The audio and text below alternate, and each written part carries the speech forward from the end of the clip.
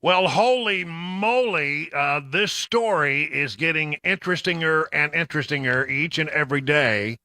I told you that this story had a quality about it that made it feel like it wasn't going away anywhere soon, that there was a constant drip, drip, drip to this story that just seemed to be building and building. And now comes perhaps the most damning evidence at all that the President of the United States may well have been, right deeply involved in Hunter Biden's business activity. We all think that, but it's one thing to think it, and it's another thing to actually prove it. And remember, this is a president who has said repeatedly, time after time after time after time, I have no idea what Hunter Biden, my son, was doing. I was certainly involved. I didn't talk to them about any business dealings. I've never discussed my business or their business, my sons or daughters. I've never spoken to my son about his overseas business dealings. I have never discussed with my son or my brother or anyone else anything having to do with their businesses, period. I know nothing at all. I have no clue as to what those silly guys were up to. Oh, my gosh, has this story gotten good? Now, the latest development, it sort of was happening late yesterday during my program, has to do with an app that was on Hunter Biden's iCloud account, which they got access through the laptop. And they were able to take some what are known as WhatsApp messages. Now, WhatsApp messages are generally, as I understand it, encrypted, but not if you get the source computer. You can see what you wrote, and that's what they did. They got this thing, and what it was is Hunter Biden doing a shakedown of a Chinese official, a guy by the name of Zhao. I'm reading this from the Washington Examiner, but I mean, this is everywhere. You can find, the text of this message. Listen very carefully, because this is a smoking gun. This is big stuff. Hunter Biden wanted something from Zhao. It appears it was a payment of some sort, and he wanted it immediately. And here's what he wrote to Zhao. I am sitting here with my father, and we would like to understand why the commitment made has not been fulfilled. Tell the director that I would like to resolve this now before it gets out of hand, and I mean to now means tonight. And Z, speaking to Zhao, if I get a call or text or from anyone other involved in this other than you, Zhang, or the chairman, I will make certain that the man sitting next to me, he's already said his father's sitting next to him, and every person he knows, and my ability to forever hold a grudge that you will regret is not following my direction. I am sitting here waiting for the call with my father. That puts, if this is accurate, if what he is replying here is accurate, it pretty much sums it all up. Now, how do you know if it's accurate? That's the question. This all came as a result of a whistleblower by the name of Gary Shapley, worked at the IRS, and he has come forward and he has said that, look, we simply were not allowed to conduct our investigation time and time and time again.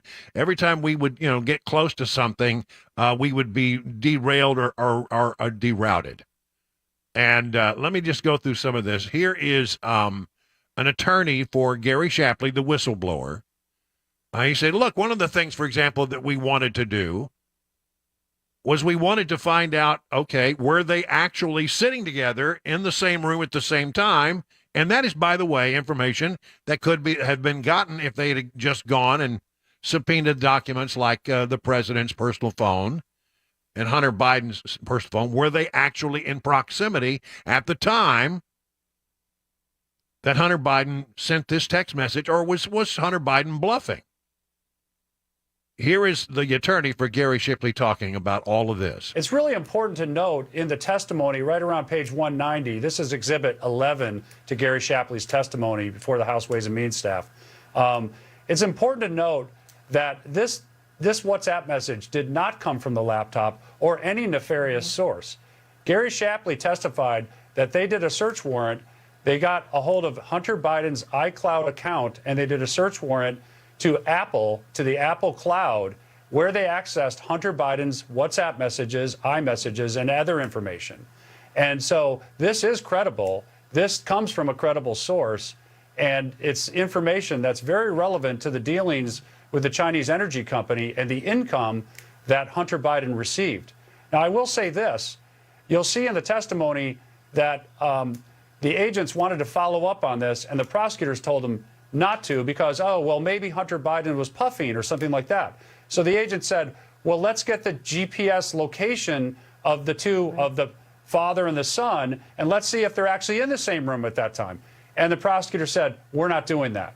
So closed another door on the investigation to make what is relevant to this case. And this happened over and over and over again. And that's what Gary Shapley wanted to come forward and make sure everyone could see, and this could see the light of day. Remember, this is the attorney for Gary Shapley speaking here. He said there were meetings where we tried to move the thing forward. And Weiss, the person who was supposed to be solely in charge of the investigation, kept telling everyone he didn't have the authority to do certain things. Yeah, well, I would love to point people to some of the records that have been just released yesterday. Exhibit 10 to Gary Shapley's transcript is, it's actually around page 178 of the transcript. It's a copy of the email that Gary Shapley, where he took contemporaneous notes of that meeting with U.S. Attorney Weiss. And it wasn't just Gary Shapley that was at that. That was a senior leadership meeting at the U.S. Attorney's Office that was attended by the special agent in charge from the IRS. It was attended by Gary Shapley himself. It was attended by the special agent in charge from the FBI and the assistant special agent in charge from the FBI. And Gary Shapley wrote up to his superiors, which included that, that same special agent in charge that was at the meeting, and he described it. And he said, Weiss stated that he is not the deciding person on whether charges are filed. And he described the whole events that Weiss laid out at that meeting, which was his red letter meeting, where Weiss said he tried to go to the D.C. U.S. Attorney's Office and they wouldn't approve it. And he was trying to go charge it elsewhere in California. And he was trying to seek special counsel authority, and that got denied. And so this was a shocker to the agents who were present. And of note at this email that's in Exhibit 10 is the fact that Special Agent Shapley sent this up the chain to his command, including to Darrell Walden, who attended it, the special agent in charge, and asked Darrell Walden, did I get this right? And Darrell Walden says, yes, you did. And so this, you know, if he had gotten it wrong, Darrell Walden would have said, no, I never heard that before. So there, he had gotten it wrong, Darrell Walden would have said, no, I never heard that before. So there is credibility, there's corroboration of what Special Agent Shapley's saying. It's getting really, really interesting. Now, in fairness, Merrick Garland has been asked about this, and he says Weiss was the guy. Weiss had control. Nobody was telling Weiss what to do. Although, as you just heard, the special agent whistleblower says that's not what he heard in those meetings. Garland continues to insist, the Attorney General of the United States continues to insist Weiss had control. Mr. Weiss, who was appointed by President Trump as the U.S. Attorney in Delaware and assigned this matter during the previous administration, would be permitted to continue his investigation and to make a decision to prosecute any way in which he wanted to and in any district in which he wanted to. Mr. Weiss has since sent a letter to the House Judiciary Committee confirming that he had that authority. I don't know how it would be possible for anybody to block him from bringing a prosecution, given that he has this authority. Well, okay, two different versions of what happened there. This has started to even reach the White House briefing room.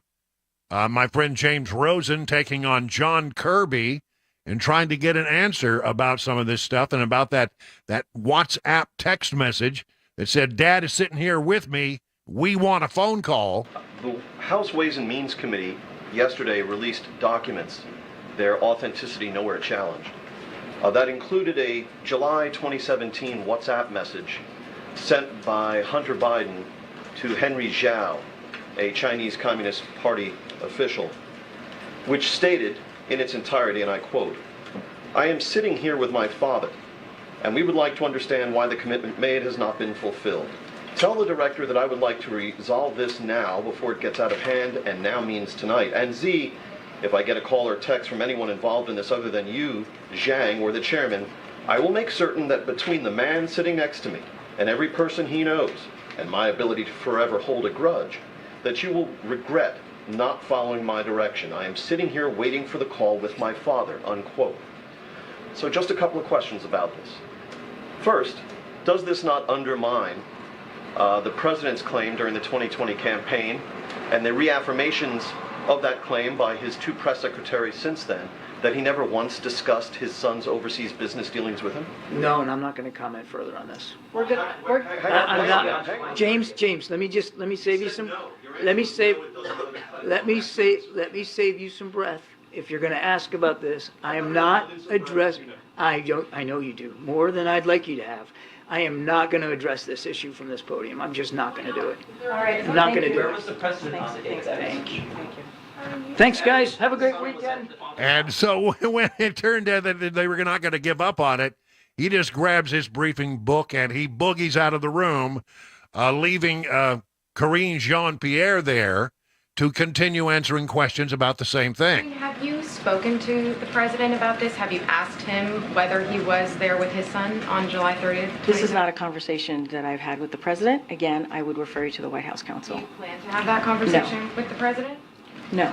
Did the president speak with the attorney general at all I last can't, night? State dinner? I cannot say if the president had had a conversation with the attorney general last night. What I can refer you to is the White House counsel's office as it relates to the allegations. They've already addressed this. This is something for them to deal with. I refer you to the Department of Justice on anything else if you don't want to speak to the White House counsel's office. Wow. I mean, their backs are against the wall here. Very interesting in the James Rosen exchange with John Kirby. Kirby did not shut him down as he read the entire thing right there in the White House briefing room, which, by the way, these briefings are watched closely all over the world and all over the country. Rosen was allowed to continue. You could have easily, if you wanted to, just shut that down completely and not have any conversation about it. Kirby says, yes, we've all read the thing, James, and we're just not going to talk about it. Moving on. He could have shut him down, but he didn't. He let that whole matter play out there in the room in a very uncomfortable moment for anybody in the Biden administration, which I find sort of interesting, sort of eye-opening.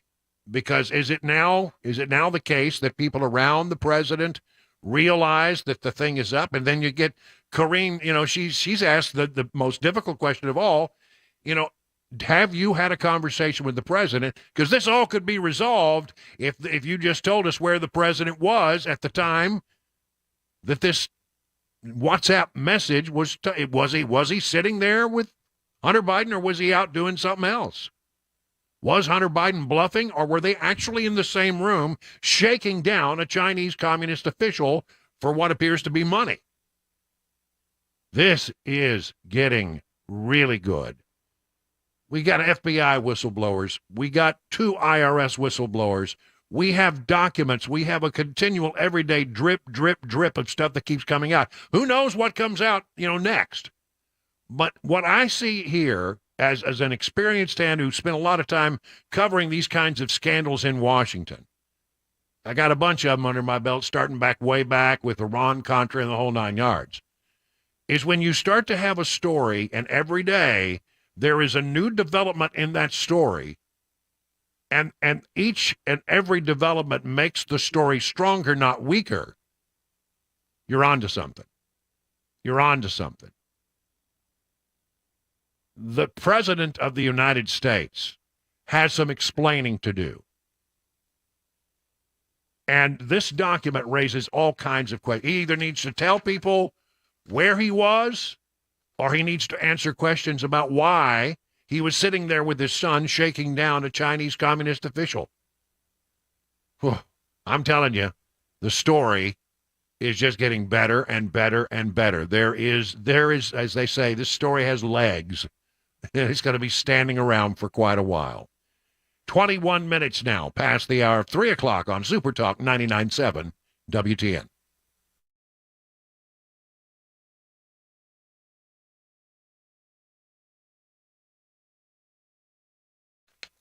Well, you've heard me talk about Grace Point Healthcare quite a bit over the years. They deliver medicine affordably with menu-style transparent pricing. Really novel. You'll know how much this year healthcare is going to cost before the healthcare is actually delivered. They are best known for these smart care plans. You need to think about this. $69 a month. You get unlimited office visits and free basic labs for the entire year because they treat the entire family, even newborns. You can find family plans as well. Then you take that and you marry it with your high deductible insurance, and you could ultimately save your family hundreds and hundreds of dollars. At Grace Point, they take their time with each patient. They see the same or next day. No long wait times or crowded wait rooms. They treat naturally whenever possible. It is a military vet-owned practice. Just some of the reasons why it's been voted the best primary care provider by Toast of Music City year after year after year. Grace Point Healthcare on Main Street in Franklin, 599-6868. That's 599-6868 to schedule a visit.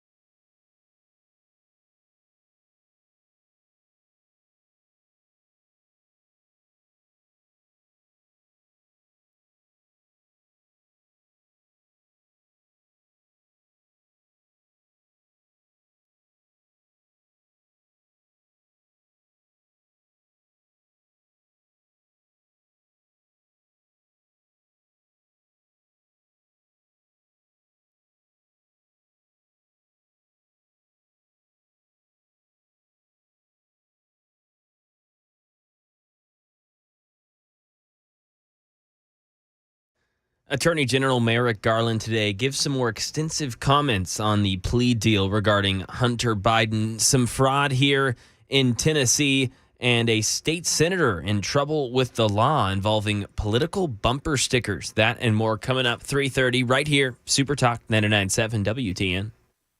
It's 3:25. The president has said it time and time again. I've never discussed my business or their business, my sons or daughters. I've never spoken to my son about his overseas business dealings. I have never discussed with my son or my brother or anyone else anything having to do with their businesses, period. But it seems when you look at what's happening with the House Oversight Committee and them getting access to that 1023 document and some of the things that it showed, and now we have these two IRS whistleblowers who have come up with a text message from Hunter Biden in which he purports to be sitting there with Dad, the big guy, trying to shake down a Chinese communist official for what appears to be money and saying, listen, we're going to remember this.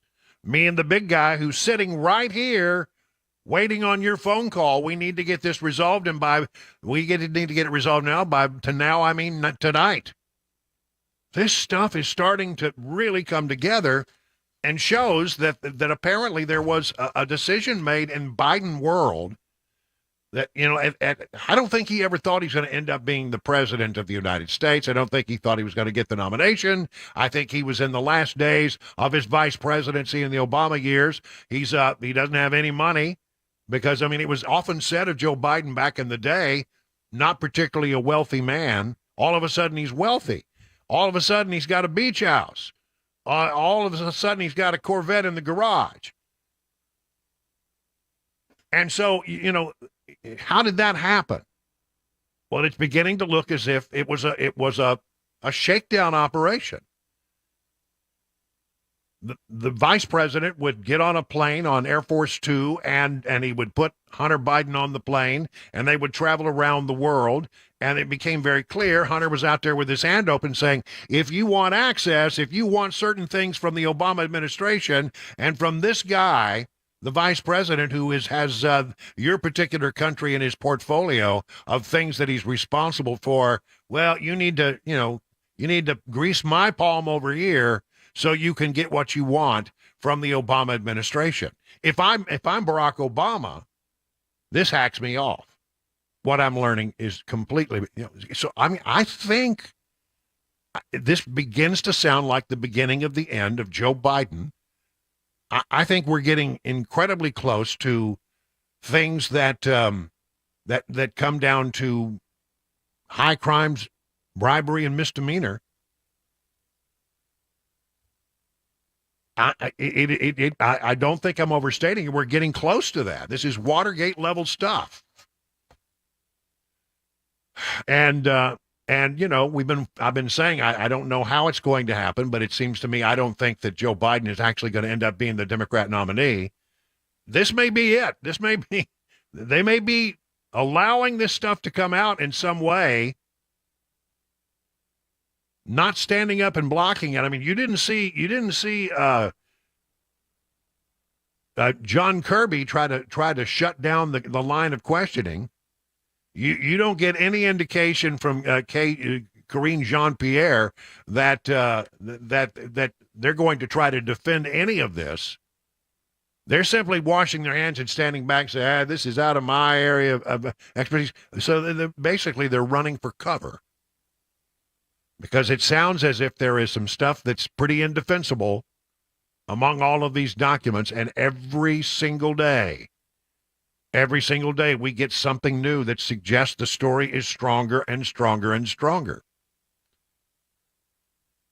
So I don't know how it's going to get resolved, but I'm telling you this, it looks bad. And I'll tell you what else looks bad. It looks bad that all of this information has been out there for some time now. There's no doubt now, November of 2019 is when the FBI confirmed that the laptop was real. November of 2019, that's a new development today. We now know that the FBI knew. They just did some simple checking with the Sony people as to the serial numbers of the laptop and who that serial number. They knew that this was legitimate, and yet they allowed people to go forward and say that no, it was Russian disinformation. They knew that there was nothing to the Crossfire hurricane allegations, nothing. And they allowed the information to just percolate and percolate and percolate when they could have held one press conference and shut that down, which would have been the morally correct thing to do.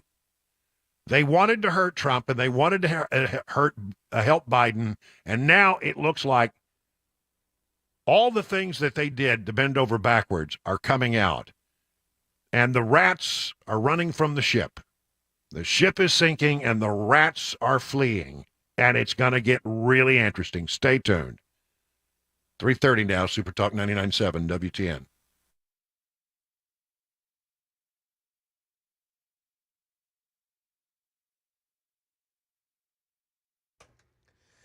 Minutes after the hour of 3 o'clock, I'm Mac Maury with your top stories. Currently 83 degrees and a lot sunnier today than it has been the rest of this week, and the rest of this weekend expected to stay that way. We may end on Sunday night, headed into Monday, with a chance of some thunderstorms, but for the most part, and dry and sunny and a little hotter. Traffic weather coming up Attorney General Merrick Garland today gives his most extensive comments yet on the federal plea deal with Hunter Biden, defending the DOJ's investigation. Lindsay Watts has more. AG Merrick Garland had this to say about conspiracy theories surrounding the DOJ's investigation into Hunter Biden. This constitutes an attack on an institution that is essential to American democracy and essential to the safety of the American people. For the first time, Garland denied accusations that the U.S. attorney on the case, Trump appointee David Weiss, requested to be named a special counsel and was turned down by Garland. He also says he would support Weiss speaking out about the case when Weiss deems it appropriate. Fraud here in Tennessee. A businessman, 58-year-old Richard Davis, has been charged with theft of over $250,000 on the count of money laundering. Davis works with the Pie 5 pizza chain. If convicted, Davis could be sentenced to a maximum of 60 years in prison and fined up to $50,000 for the count of theft. And a state senator charged with breaking the law in a dispute involving political bumper stickers. Brian Clark. Someone parked their car adorned with a bumper sticker critical of President Biden in a Cranston, Rhode Island parking lot. When they returned to the car, they heard a scratching noise and saw a man standing holding a key. He denied keying the car, but he had a bumper sticker on his own car. It said, "Re-elect Senator Josh Miller." Police say that man was Josh Miller, a Democratic state senator. The 69-year-old first told authorities he was being targeted by gun nuts, but later admitted to damaging the vehicle. He has been charged with vandalism, malicious injury to property. And that is the latest news, weather, and traffic next. I'm Mac Morey, WTN News.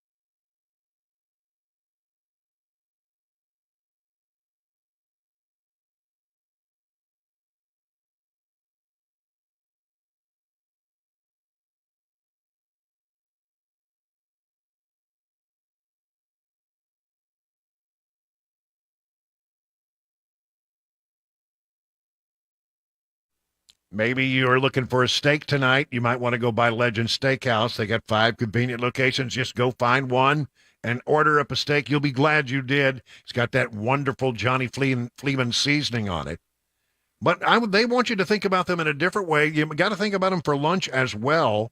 They have a meat and 2 thing that they offer up. It's 1 meat and 2 country cooked vegetables or a casserole. You'll get cornbread muffins, yeast rolls. Specialties range from fried pork chops, Smoky Mountain meatloaf, fried catfish, slow-cooked pot roast with gravy, 14 vegetables and casseroles to choose from. Things like broccoli casserole, turnip greens, bourbon glazed apples, fried green tomatoes, potato casserole. See, these all are good, simple home cooking, the kind that your mama used to do. And in fact, many of these recipes came from Johnny's mom. He borrowed the book some 30 years ago and never got around to giving it back. Legend Steakhouse, multiple locations across Middle Tennessee. Not the fanciest place, but they do serve good food at a fair price. You're going to love it. Here, go to legendsteakhouse.com for locations or for details on how to order online. Been around for some 34 years. I think you're really going to love your next visit to Legend Steakhouse.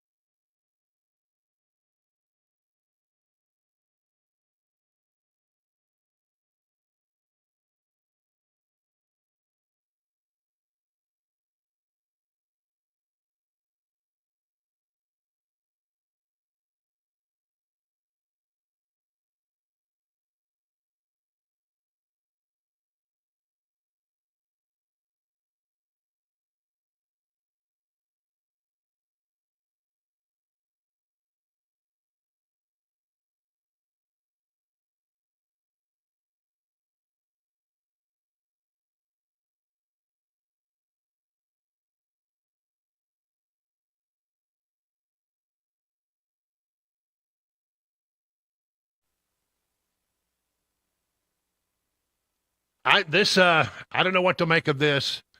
We have, we learned yesterday that the sub apparently imploded, the submersible that they've been searching for days and days and days. It had imploded. Now comes word that apparently the U.S. Navy, which has admittedly a tremendous investment in underwater listening devices. These are among our most sensitive pieces of equipment that we own. I mean, this is from a security standpoint. We listen to what happens in the ocean. And really, there are all kinds of very sophisticated listening devices that have been planted in the ocean floor. We don't know all of it. I mean, it's no surprise that they do this because they want to track the submarines of China and the submarines of Russia and any kind of underwater activity as part of their mission to protect the homeland.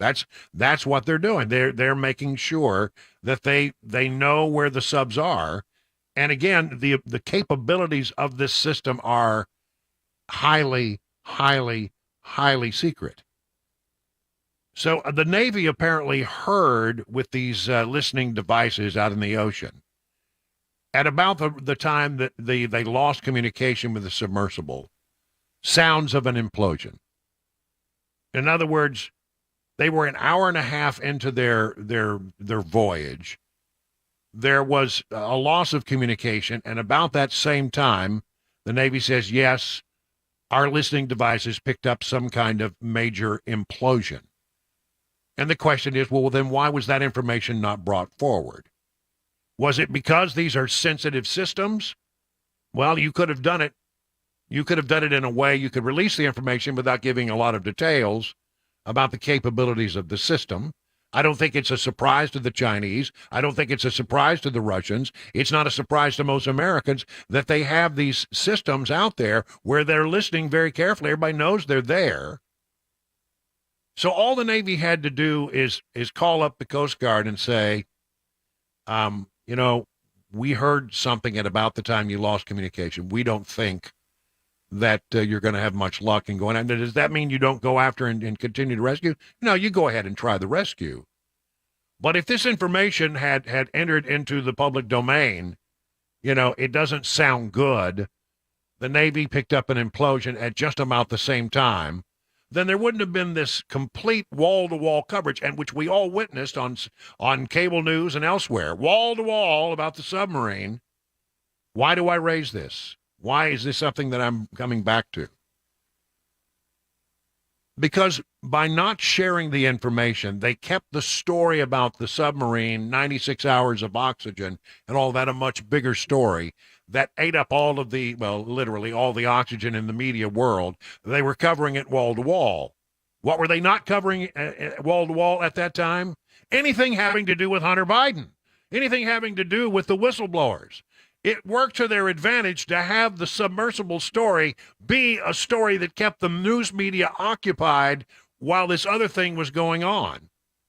Am I being too callous? Am I being too crass? Am I reading too much into this? It's possible. One way or the other, they should have continued to look until they found out for sure what they had. But I don't think that the coverage would have been as breathless. I don't think the coverage would have been as all-encompassing if the word had gotten out that it's not looking good. They'll continue the search. But right now, with this information that we've received from the Navy, it doesn't sound like they're going to have much success. It would have not gotten as much coverage as it did. Townhall.com asking the question, is this why the Biden administration held off on announcing the Titanic sub deaths? The U.S. Navy revealed that they knew the Titan submersible, which was diving down to the Titanic, imploded on Sunday.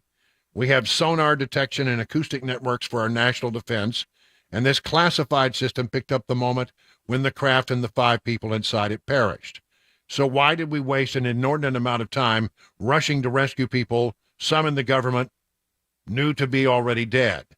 The Coast Guard, the Canadian military units, unmanned submersibles from France that can go to these extreme depths joined the rescue efforts that covered at least 10,000 square miles.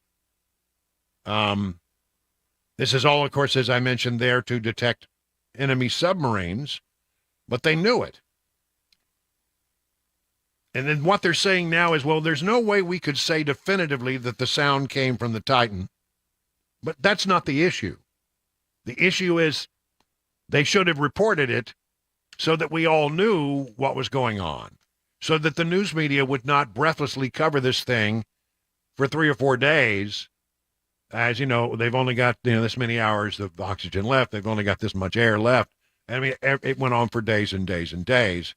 And while they were doing it, they had they also had the benefit of keeping people's attention away from other stories that perhaps that would have gotten bigger coverage if they had let if the Navy had come out and said, it's not looking good, folks. We can't tell you everything, but our top secret systems have heard an implosion at about the time the sub went missing.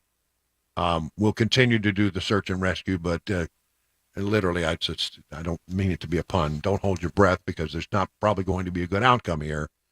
I think that they left this story alive and did not want that information to get out there for news management purposes. How many times have I told you about this game that's played? It's reprehensible.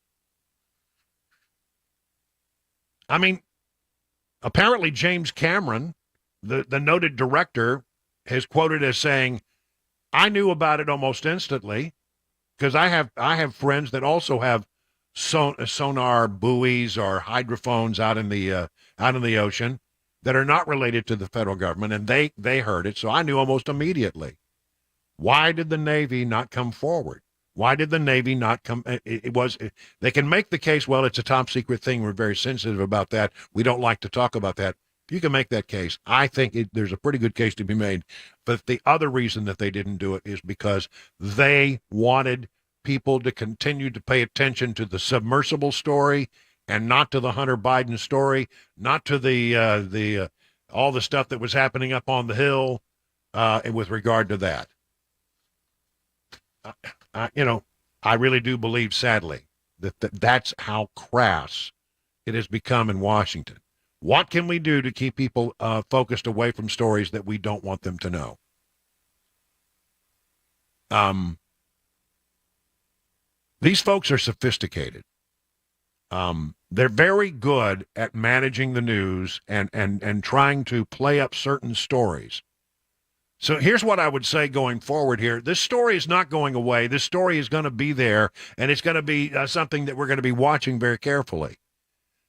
But when you hear something on the news that seems to be, eating up all of the attention, but there's a question to it, is this real? Is it not real? Your skepticism for the next few months should be very high, because they will do everything they can to try to distract you and dissuade you from paying attention to what is happening. It's getting dire for the current president of the United States. It's getting serious. The documents, the 1023s, the whistleblowers coming forward, it's all coming to a close around the Biden family. And the people who are out there to protect them will do everything they can. I know this has happened. I mean, I know, for example, there was a great example of it back when Bill Clinton was president of the United States, and the Monica Lewinsky story was, all that anybody could talk about, and they were desperate to change the topic. I was there. I know when this happened. They held a press conference to say, we have big news from NASA. Apparently, they have found life on Mars. Now, that's a headline that gets your attention, right? Well, it turns out they really didn't find any evidence of life on Mars. There was some evidence of microbial life on Mars at one point that may left some artifacts in some rocks, but even that later got knocked down as not being accurate. They will tell you anything to distract you away from the story they don't want you to pay attention to. Be savvy. Be smart.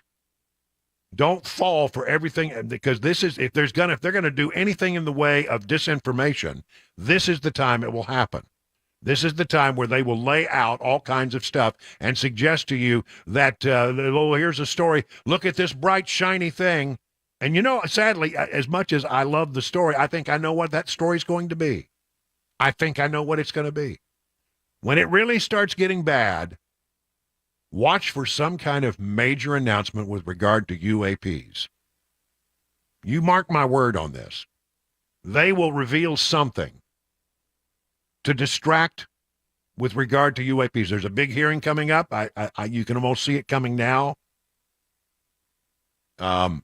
There will be something, if not UAP, something else. Just the way the game's played. And it's a dirty, reprehensible game. The American people should be allowed to be given information in a transparent way, and you shouldn't have to second guess. Am I being played here? You shouldn't have to second guess whether or not they're throwing out a story just so that everybody goes, it's like the dog, squirrel? So, you ever had a Labrador and you say the word squirrel once they learn what a squirrel is? Oh, what was that, squirrel? We don't want to play that game. We don't want to have that be that subtle. So it's going to happen. It is happening. Many people are wondering why this information could not have come forward to really, to just sort of at least let the families know, not to go through an anguishing weekend holding out hope because it probably was not going to turn out good. Did they have to continue looking? Yes, I think they did. But that's not the story. If it was the circumstances under which they were continuing to do the looking that was important. And by saying that they had heard an implosion, it would have given people probably a more accurate sense of what was truly going on and what they truly believed. And I don't think that the coverage would have been near as breathless as it was. It is now 50 minutes past the hour, 3 o'clock on Super Talk 99.7 WTN. If you have a 401k at work, chances are you've seen something called a target date fund. Now, the idea behind a target date fund is if you're going to retire in a specific year, let's say 2030, all you do is put all your money in that fund and you don't even have to think about it. Set it and forget it is the idea. Now, one of the things that I warn people about regarding these types of funds is many times they're not nearly as diversified as you think. When we look at investing, when we look at diversification, we want to own really small companies, really large companies, really growth-oriented, really value-oriented companies, and diversify between these different market areas. Target date funds tend to focus more attention down here for a really basic reason. It sells better. Because you're investing in very big, well-known U.S. companies, what happens is investors tend to like to look like the market, as we say. And the problem, though, is when we do that is we can go very long periods of time. 1966 through 1982 is one example. More recently, 2000 through 2012, where large U.S. stocks had no return, where other market segments actually did quite well. So one of the things that happens is when we invest in a target date fund, we may be overly concentrated and have more risk than we really realize. So if you want to learn more about our approach to investing and financial planning and how we educate investors, go to paulwinkler.com and set up a free 15-minute phone call, or you can call 615-851-1950.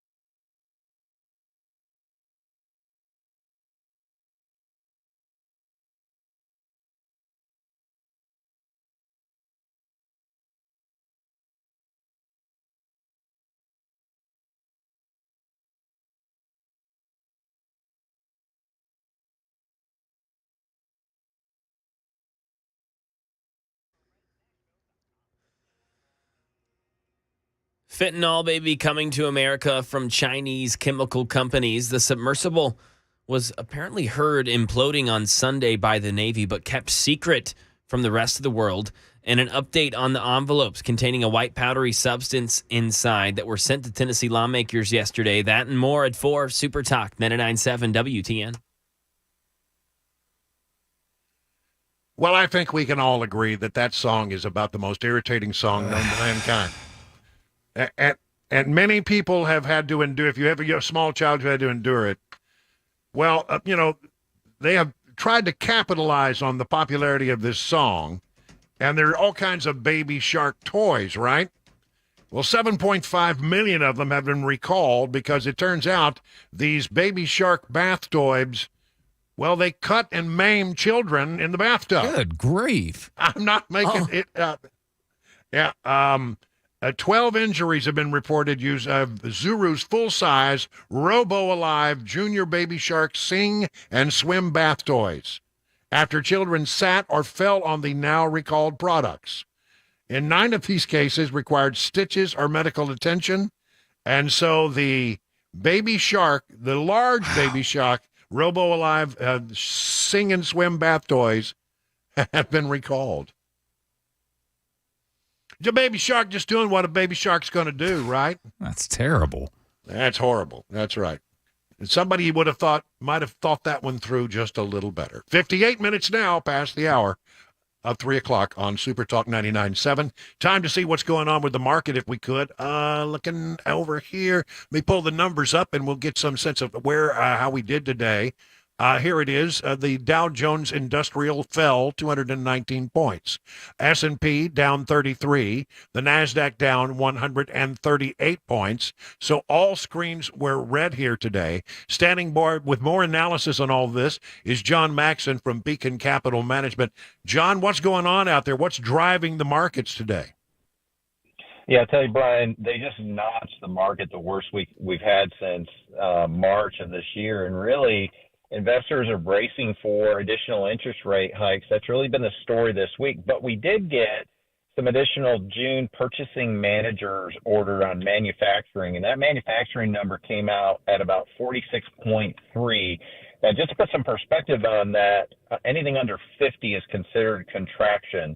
So investors are now seeing about a 74% of another rate hike in July. And so we're really going to have to wait and see how earnings come out in the second quarter with companies to see if they've been able to absorb the investors and consumers these higher interest rates.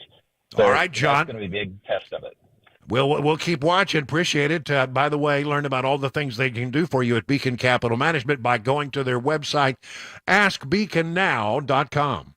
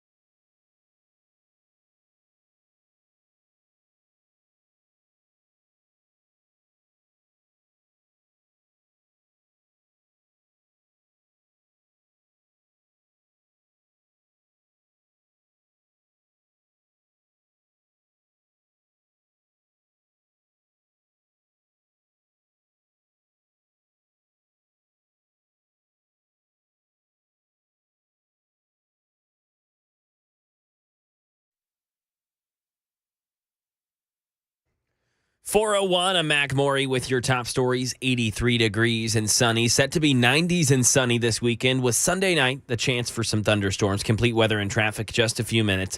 For the first time ever, the Justice Department is charging Chinese chemical companies for trafficking fentanyl ingredients in the United States. Lindsay Watts. Attorney General Merrick Garland announcing charges against executives from China-based chemical companies. They're accused of shipping more than 200 kilograms of fentanyl ingredients to the U.S. The DOJ says enough to make 25 million deadly doses of fentanyl. Here's Garland. We are targeting every step of the movement, manufacturing, and sale of fentanyl from start to finish. The DOJ is charging 4 chemical companies and 8 Chinese nationals. 2 of the defendants were expelled from Fiji earlier this month and arrested by the DEA.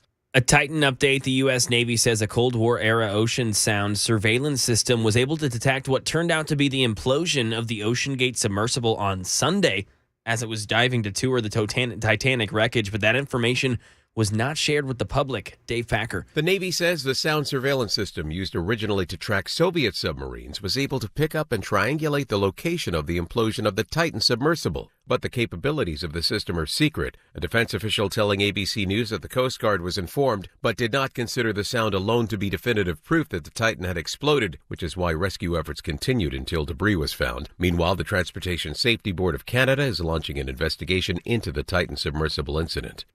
And here in Nashville, the FBI is lab testing the white powder in envelopes mailed to a Republican state lawmaker's office yesterday. Reports say they were signed, quote, your secret despicer. 12 days, that's all it took for road crews in Pennsylvania to get Interstate 95 reopened after a fiery bridge collapse. Dave Packer. When a tanker truck carrying fuel crashed and burned under an I-95 overpass in Philadelphia, causing it to collapse, some predicted the highway would be closed for months. But less than 2 weeks later, the highway's open again. Pennsylvania Governor Josh Shapiro says there's a can-do pride in getting it done. I must say there was a pessimism in the air, one that I believe has lingered in this city and in this Commonwealth for far too long. And today, all of us here together prove them wrong. A temporary fix is allowing traffic to flow as a more permanent replacement span is built. And that is the latest news. Traffic and weather are on the way. I'm Mac Maury, WTN News.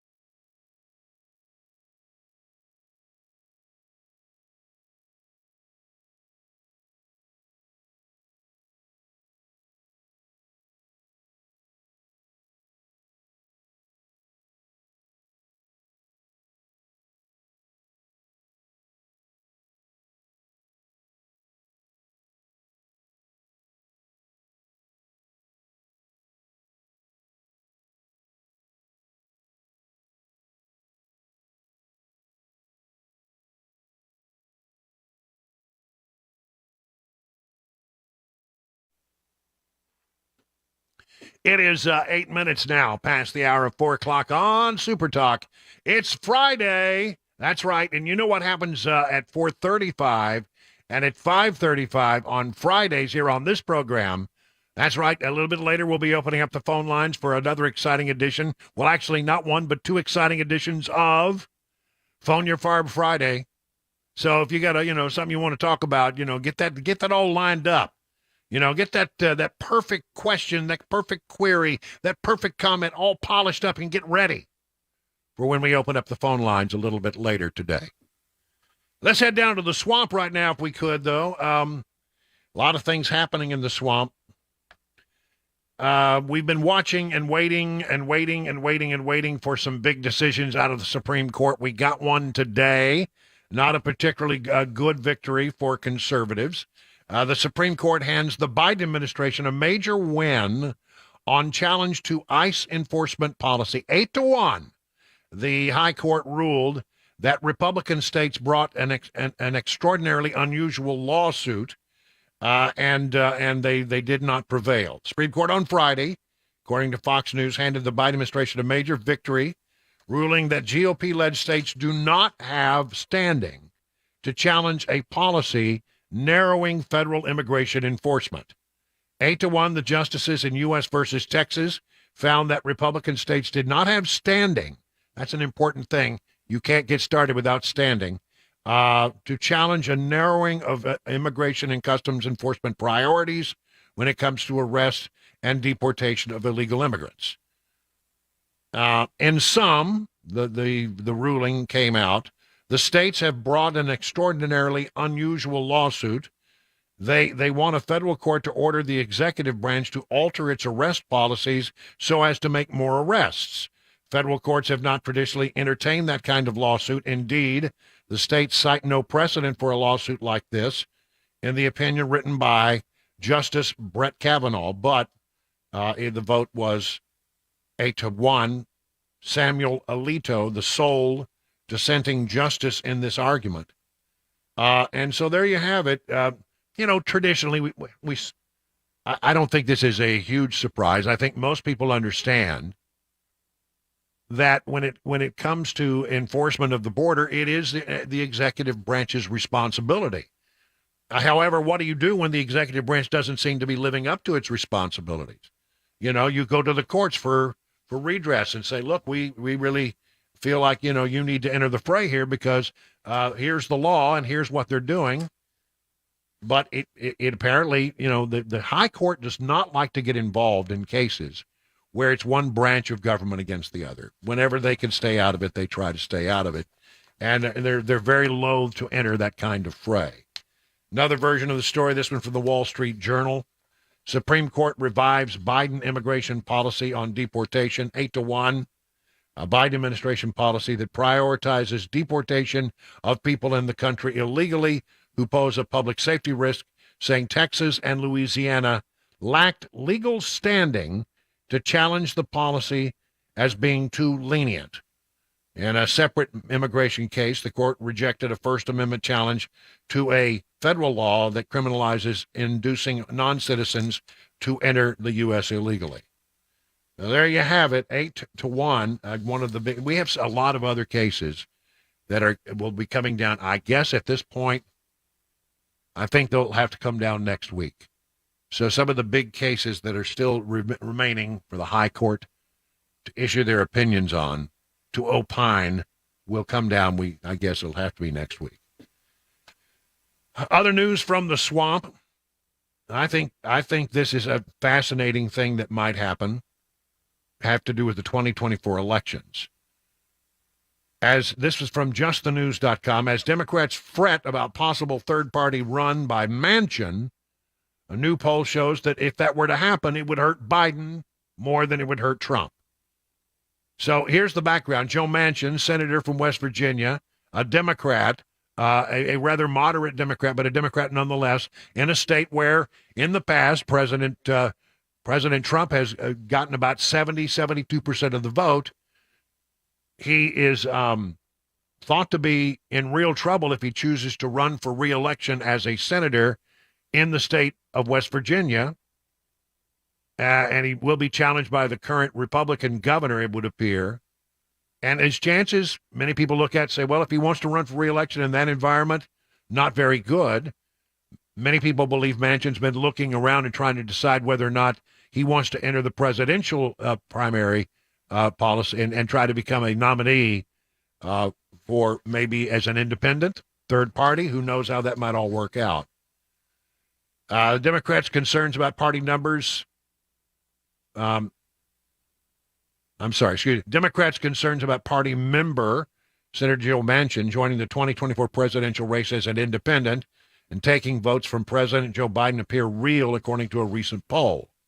Manchin, considered a moderate, but as a Democrat in deeply conservative West Virginia, he has long been a wild card within his party, most recently having opposed some of Biden's nominees and criticizing Biden's green energy policies.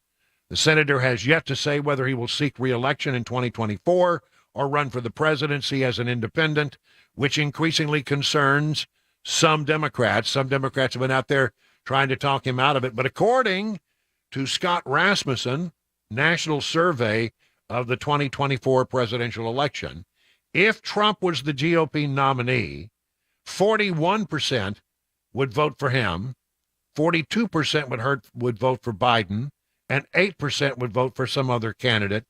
9% would not vote.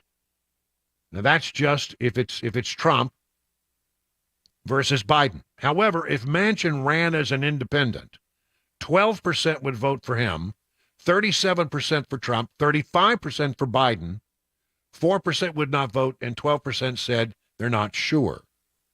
So if Manchin enters the fray, it hurts Biden more than it hurts Trump.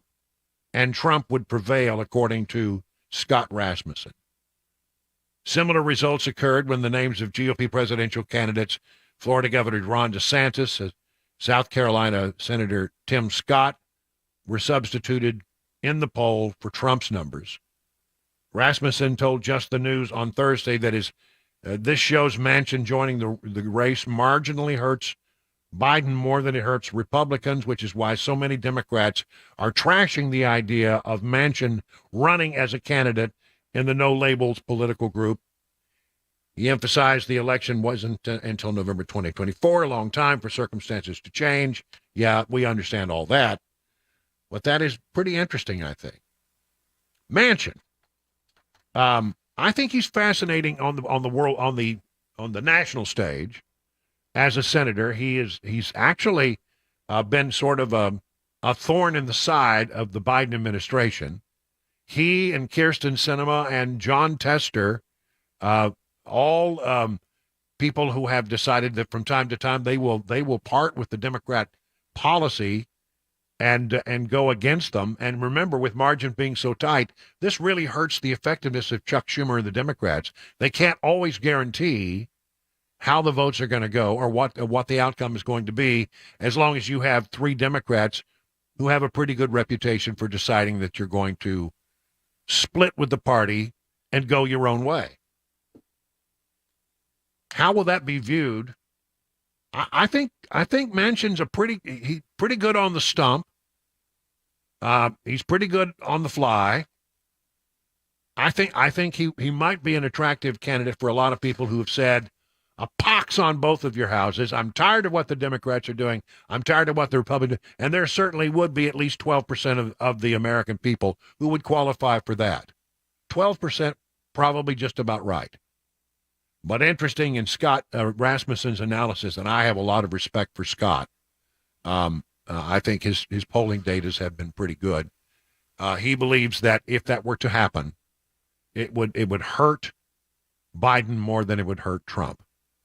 So whether or not that happens, I don't know. The general sense is most people are saying that they believe that he will actually come back and try to run for re-election in the Senate. Now, he'll probably get a lot of support from Democrats who want him to do that because they don't want, he's their best chance to hold on to the seat in West Virginia. And remember, they need every seat they can get because they just barely have a hold on the Senate. So a lot of Democrats would come to his aid. There would be money flowing his way. And whether or not he could prevail over the governor is an open question, but he would have a lot of support because Democrats really don't want to lose the seat, and they don't really want to hurt the Democrat nominee, whoever that turns out to be. I'm of the opinion it will not be Joe Biden, but what do I know? Just a thought there. In a minute, some woke news. Chris, did you ever have to do the whole Harry Potter thing with your? Yeah, luckily I dodged that bullet. Yeah, I did not. I'm looking at Mac Morey, and he seems stunned, shocked, and amazed that you would say such a thing. Dodged a bullet. You're Come on. You're not one of those Harry Potter nerds, You missed are out you? on a masterpiece. That's what happened. Oh, boy. Well, the author is J.K. Rowling, and she has she's had some very interesting things to say about language and gender and all of the transgender talk that we seem to be having to talk about these days. And in just a moment, we're gonna bring you some of that. She has, I think, the right idea about how to shut down all these conversations that we really don't want to have with regard to gender and transgenderism in general. And I'll get to that right now, 20 minutes past the hour, 4 o'clock on Super Talk 99.7.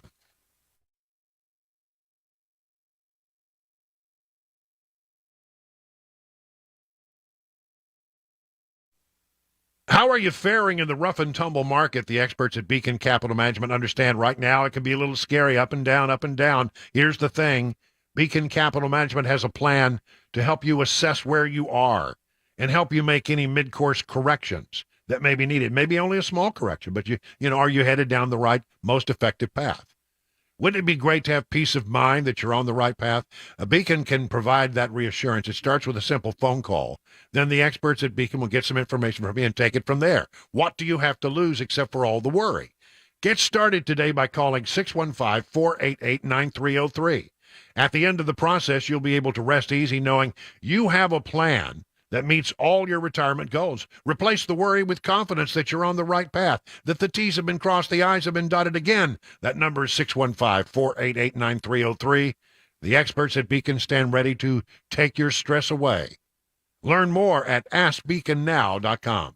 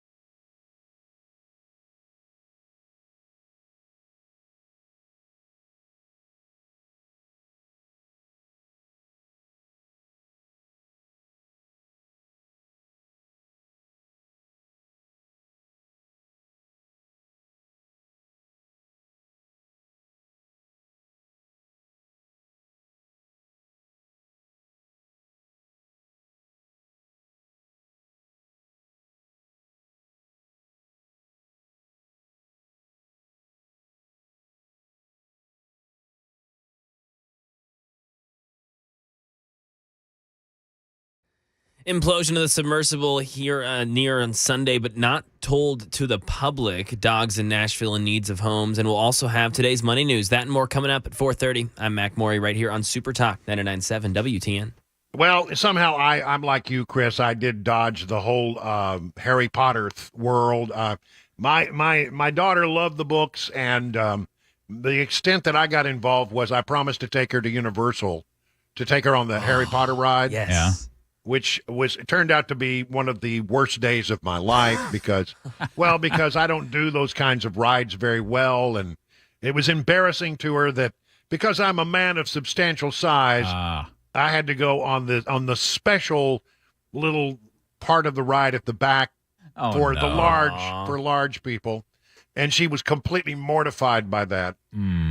Yeah, have to hang back with my dad, who's a fatty, I guess. I don't. No, I'm just a big guy. I couldn't fit in the regular harness, and they have special harnesses for large people. And sometimes it's because they're fat. Sometimes it's just because you're 6'4". I just wouldn't fit in the other one. But she was mortified by that. She did get. We did go to the shop afterwards. By the way, I got so sick because those things, just those kinds of rides, the virtual reality. Oh, yeah. There's something about that where I don't think the video quite syncs up, and I don't know, but I've never survived a one where I didn't have to almost crawl off the ride, which, of course, mortified her even more. And then she went to the gift shop, and I had to sit for an hour while she picked her wand. Stick. Well, her wand. Yeah, well, no, it's a wand. It's a stick. Because as I understand it, you have to wait. You don't choose the wand. Correct me if I'm wrong about this. The wand chooses you. That's absolutely right. So she was waiting for one of these little wands to speak to her. Did she get one of the interactive ones? Yeah. I don't remember. All I know is I told her, get this is your one thing that you want from Universal. Make it count. And boy, did it was expensive. It is. Woo! Laser cut. I mean, it was elaborate. It was really quite something. I don't know whatever happened to the wand. Oh, I'm sure it's, still in pristine condition, and she keeps it high up on a shelf somewhere. I don't know. Mm-hmm. Well, J.K. Rowling, of course, is the person who wrote the Harry Potter thing, and ultimately the books became the movies, and it became a phenomenon. But she gets in a lot of trouble because she does not put up with any of this transgender stuff, and she rejects what those in the transgender community do by using the term cis or cisgender. This from Breitbart. Harry Potter author J.K. Rowling joining the growing number of people rebelling against the transgender term cis, saying people, that's CIS if you don't know, saying people have the right to refuse to use trans jargon.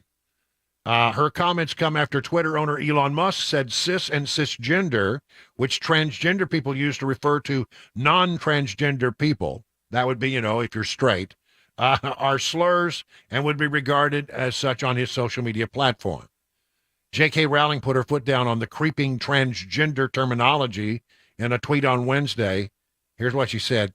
Cis is an ideological language signifying belief in the unfalsifiable concept of gender identity. You have a perfect right to believe in unprovable essences, but the rest of us have a right to disagree and refuse to adopt your jargon. I think she's on to something here.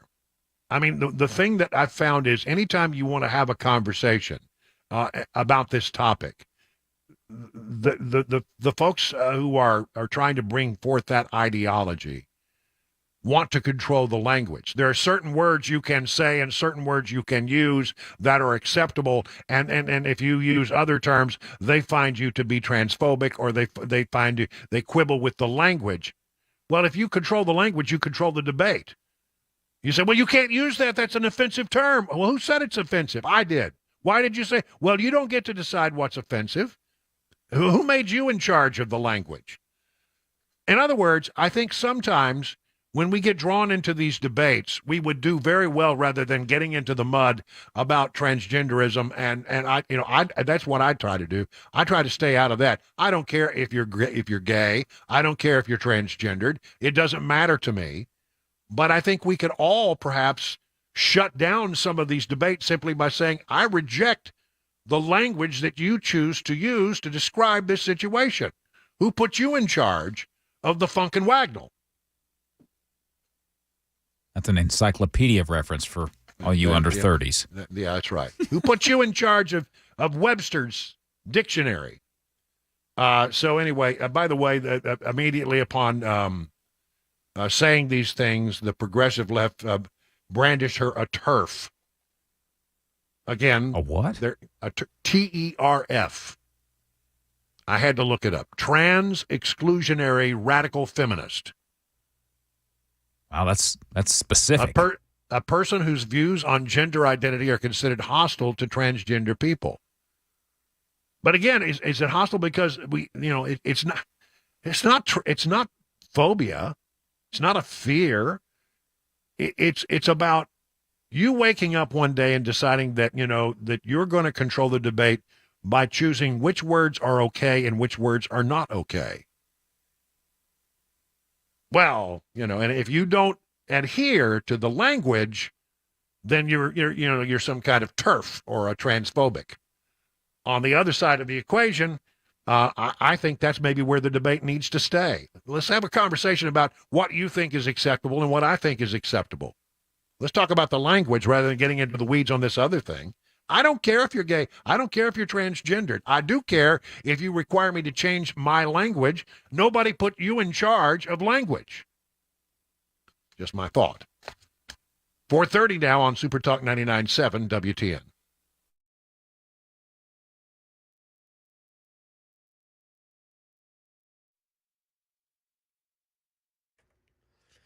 Minutes after the hour of 4 o'clock, I'm Mac Maury with your top stories. Sunny and hot this weekend with the chance for some storms Sunday night. Full weather forecast and the latest traffic report on the way. The U.S. Navy says a Cold War-era ocean sound surveillance system was able to detect what turned out to be the implosion of the OceanGate submersible on Sunday as it was diving to tour the Titanic wreckage, but that information was not shared with the public. Dave Packer. The Navy says the sound surveillance system used originally to track Soviet submarines was able to pick up and triangulate the location of the implosion of the Titan submersible. But the capabilities of the system are secret. A defense official telling ABC News that the Coast Guard was informed, but did not consider the sound alone to be definitive proof that the Titan had exploded, which is why rescue efforts continued until debris was found. Meanwhile, the Transportation Safety Board of Canada is launching an investigation into the Titan submersible incident. Crime in Tennessee. 2 people were arrested after stealing checks in Belmead that totaled over $40,000. The 2 mid-20s aged girls stole the checks back in April from mailboxes. Both are still in custody. And right now in the volunteer state, Fox 17 says that Metro Animal Care and Control will be waiving adoption fees through the end of July. They're dealing with an overload of animals right now, almost twice as many as they can comfortably house. 89 of the 100 dogs at the shelter are available to adopt. Over to the Money News, Daria Albinger. Stocks tumbled to end the first losing week in a month and a half. The Dow plunged 218 points. The Nasdaq fell 138 and the S&P gave up 34. The markets pulled back further from last week when it reached its highest level in more than a year. It was pushed upward on hopes that the economies managed to avoid a recession, even though the Fed's been hiking rates at a breakneck pace since early 2022. The exception, of course, was this month's Fed meeting. Some analysts say this could be the start of a summer correction, with the markets running hot for a long time. Workers at 150 Starbucks location will strike in the coming week over what their union says is a clash in decor supporting LGBTQ plus causes. The company denies it's panned any such displays and that the union is using misinformation as a tactic in its labor talks. Starbucks Workers United says about 3,500 workers will walk off the job next week. And that is the latest news. Traffic and weather up next. I'm Mac Maury, WTN News.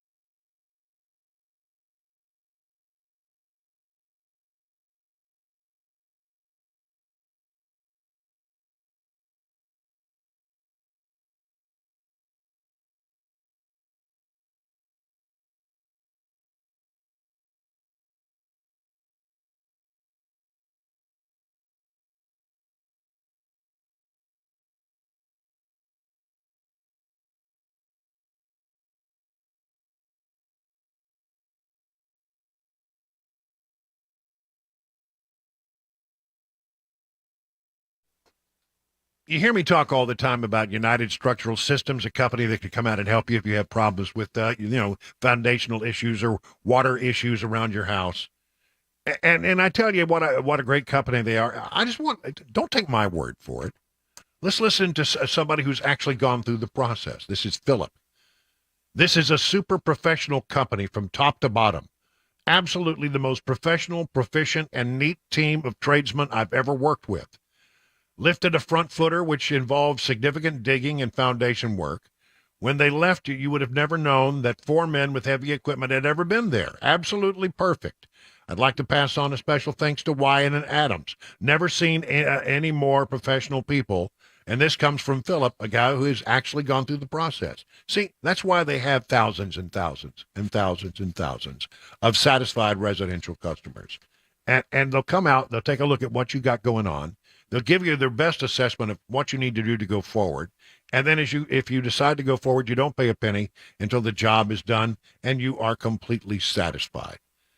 That's right. They guarantee their best at USS, serving Middle Tennessee, Southern Kentucky, Northern Alabama, online at USSTN.com, or call this number, 615-488-7855.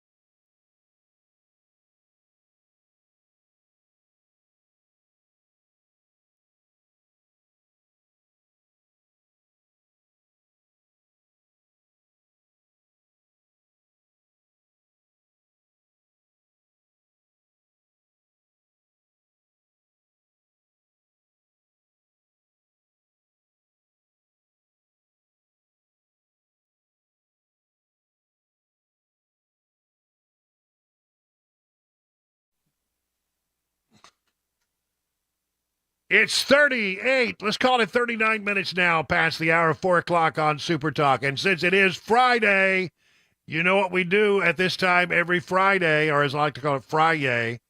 I used to call it Flip-Flop Friday, but now every day for me is flip-flop. I hardly ever wear anything else but flip-flops. It's actually kind of sad what I've become. Fashion, no longer important to me. But we have this thing we like to call Phone Your FARB Friday.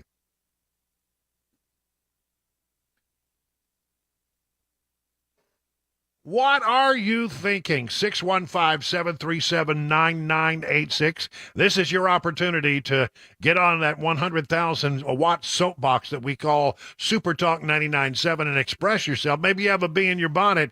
Maybe you have a burr in your saddle. Maybe you have a bug in a place where, quite frankly, we hope you never really do have a bug.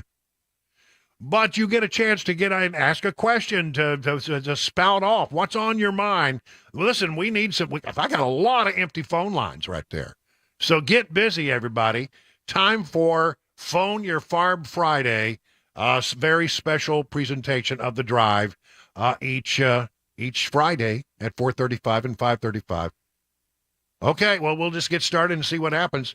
If you've ever, I think a lot of people. Maybe on vacation, I don't know, but whatever it is, if you've ever wanted to have an opportunity, this is it. I got all kinds of open lines here. Steve in Sparta. Steve, you're on with Brian on the drive. What's on your mind today, Steve? Hey, Brian. You're exactly right on the deep state's ability to condition the news. And I think maybe we should all dust off or download Wag the Dog this weekend so that we get a fun movie that shows how Washington conditions the news. Have you ever heard, Steve, my story about the movie Wag the Dog? No, I have not, Brian. Well, let me just share it with you. When I was covering Bill Clinton in the White House unit at Fox News, he was having, of course, trouble with the Monica Lewinsky story, and Hillary was not very happy with him, and they ended up at Martha's Vineyard, staying on a large compound to take a little holiday time. But apparently, it was pretty tough there at the place they were renting between the former president and the former first lady. And the story goes, we had to go and stand outside the gates in a tent and wait in case the president wanted to go anywhere. There's always a press corps presence around the president. And so we would be right outside the gate. And so they set up a little tent and they set up a little satellite dish because, it had gone by several days now and they had not really gone anywhere, not done anything. And so we decided to order up a movie. And the movie we ordered up, I'm not making this up, was Wag the Dog. We just put it in. They just started to roll the movie, and all of a sudden, there was activity, and the motorcade started moving, and we went back down to where the schoolhouse where other media were, and it turns out that Clinton had decided to launch a couple of missiles at terrorist base in Tanzania and somewhere else, I forget where. So he basically had to go back to Washington. It seemed like he launched a couple of missiles so he'd have an excuse to go back to Washington and not hang out with Hillary at the deal. But isn't it interesting? He was wagging the dog just as we ordered up the movie, Wag the Dog. That's a true story. That happened. All right, Terry in Cane Ridge. Terry, you're up with Brian on the drive. What's up with you, Terry? What do you think? What's on your mind? Well, I'm trying to be politically correct about this, which there's no such thing as political correctness. But your station took off, and I'm not picking on your station. I'm saying, as an example, your station took off as a holiday on Monday. But your station and a lot of other people do not get Veterans Day off, and there's more veterans than there ever was slaves. Well, I hear what you're saying, and, look, Juneteenth is a federal holiday. It is our company. We have, I forget how many hundreds of radio stations we have. Not all of them are talk radio stations, but this is a corporate policy that they offer this vacation. And I don't know what you do at your place, but if the company offers you a day off with pay, I generally take it. Look, I don't want to get into a big debate over whether or not it's right for us to celebrate Juneteenth. I'm happy to go along with it, whatever the company's policy is. I'm not real sure what our Veterans Day policy is, but we have that's our policy and that's what we did. And but I think you have to understand that talk radio is only a portion of what Cumulus does. Do you know, Chris, how many hundreds of stations Cumulus owns? I don't right off the top of my head, but I could look it up. It is in the hundreds for sure. Yeah, and so they set the standard, they set the policy, and I'm not going to walk away from a holiday just because of some people may have a problem with it. I don't have a particular problem with it. Juneteenth is something that I've covered as a news story all the way back to when I was a reporter in Texas. We used to cover it. It was a thing in the African American community, which we went out and we participated in that coverage. And I don't know. I'm not gonna criticize the company for giving us that day off. But I think a lot of I was out driving on that day into town and back. There were a lot of people who were off. There's a ton of people, so it really has become a federal holiday, just like some of the other ones. 404 stations are owned by Cumulus Media, by the way. All right, good. Thank you very much. Phone lines open, 615-737-9986. This is your opportunity. We got a lot of open lines today. Rick calling in from Fort Worth. Are you calling in from Fort Worth, Texas, Rick? You betcha, buddy. It's your longtime friend. Well, Rick, tell me what's on your mind today. Well, with all this stuff going on with Biden, how come we can't really dig into Hillary? How come we can't go back and, she really brought up some bad stuff with Trump, and she got caught. She lied. Yep. So I why know can't she we did. do Yeah. something? Well, you're talking about the whole thing with Russian collusion turning out not to be a real thing, right? That's what you're talking about. Oh yeah. And we know it was not a real thing. I don't know. I think that we as conservatives sometimes get so focused on looking backwards that we're not paying attention to the things that are in front of us. That this was not right, and that was. I mean, there's certainly some things you got to say were not right. People messing around with the laptops and saying that it was Russian disinformation, suggesting somehow that there was a cloud over former President Trump, that he was involved in Russian collusion in some way. Yeah, we can keep looking backwards, and we should. I sort of look at these things as let's not spend a great deal of time focusing on things in the past. I look at things. I say, look, there are three things you need to focus on with regard to time. What's in the past? Can you change it? No. What's in the future? Are you going to have any kind of impact on the future? You might, depending on what actions you take. You can have an impact on the future. But the one thing that we need to be focused on right now, I think, is what's right in the moment now. What's going on with us now? Can't change the past. You might have some impact on the future, but you may not as well. The only thing that you can truly have any control over is what's going on right now. Why do we waste so much time looking backwards if we can't change it? Do we learn from the past? Yeah. Can we change the past? No. So I sort of wish that we would just, look at what's ahead of us and look at what's going on right now and stay in the moment rather than keep looking constantly backwards. John in Smyrna. John, you're on with Brian on the drive. What's going on, John? Hey, my man. So, the thing that's been getting me is how people are using pronouns to describe themselves. As we were taught as a young kid, or at least I was, he, she, her, him is a direct representation of a singular human being. Right. And they and them is a direct representation of multiple human beings. So, to me, I think that there's a sickness going on, and I think it's more along the lines of a multi-personality disorder that these people have instead of, anything else. Well, I don't know. I'm with you on language. I mean, as I said earlier, who woke up one day and said that, well, this particular group of people gets to determine, the course of the human language? I think that the way that works over time is not by activists saying some words are now not words that we can use, or I'm insulted if you use that particular pronoun to describe me. Look, honestly, I don't get it. I don't understand it. And again, that doesn't mean that I don't like people who are transgendered. I don't like gay people. I don't care. I really don't care.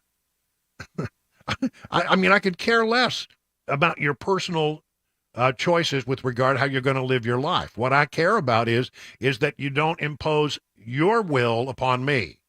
You live your life. I'm happy for you to live your life. I'll live my life. I'm happy to live my life as I see fit. We can be polite to each other. We can be nice to each other. But don't tell me what words I can use and what words I cannot use. It irritates me, and I don't get it. I'll be honest with you. I'll be one of the first people. I just don't get it. Very quickly, Jackson in Murfreesboro, you're up on the drive. What's up with you, Jackson? Hey, yeah, I've just been thinking my friend recently told me there's this event going on in Murfreesboro celebrating, it's been a year since the Dobbs decision and Roe v. Wade and all that. And it's just really interesting to think back and how much we've come. It's just been a year. Just crazy to think about. Yeah, what a decision. We look now, right now, we're waiting for big decisions to come down from the high court. There was no bigger decision than the ones that came down about a year ago now. So I haven't heard about the event in Nashville, but maybe somebody will share that with me and I can share it with the audience at large. It is now 50 minutes past the hour of 4 o'clock on Super Talk 99.7 WTN.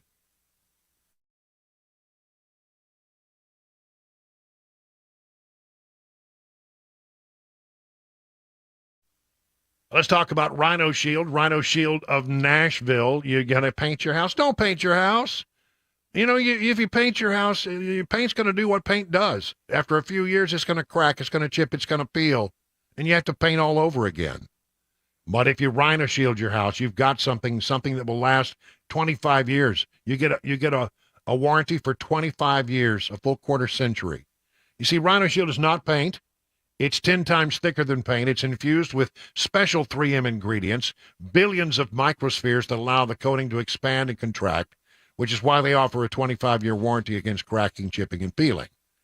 Does this sound like something you'd like to know more about? Well, Joan P. said the work was outstanding. The quality was top of the line. Amanda wrote, my home turned out beautifully. They showed up on time. The crew was professional and courteous. Why don't you reach out to our friend over there, Clay Morris, and see what he can do for you. 615-474-1729. Learn more at rhinoshieldnashville.com. If you have a 401k at work, chances are you've seen something called a target date fund. Now, the idea behind a target date fund is if you're going to retire in a specific year, let's say 2030, all you do is put all your money in that fund and you don't even have to think about it. Set it and forget it is the idea. Now, one of the things that I warn people about regarding these types of funds is many times they're not nearly as diversified as you think. When we look at investing, when we look at diversification, we want to own really small companies, really large companies, really growth-oriented, really value-oriented companies, and diversify between these different market areas. Target date funds tend to focus more attention down here for a really basic reason. It sells better. Because you're investing in very big, well-known U.S. companies, what happens is investors tend to like to look like the market, as we say. And the problem, though, is when we do that is we can go very long periods of time. 1966 through 1982 is one example. More recently, 2000 through 2012, where large U.S. stocks had no return, where other market segments actually did quite well. So one of the things that happens is when we invest in a target date fund, we may be overly concentrated and have more risk than we really realize. So if you want to learn more about our approach to investing and financial planning and how we educate investors, go to paulwinkler.com and set up a free 15-minute phone call, or you can call 615-851-1950.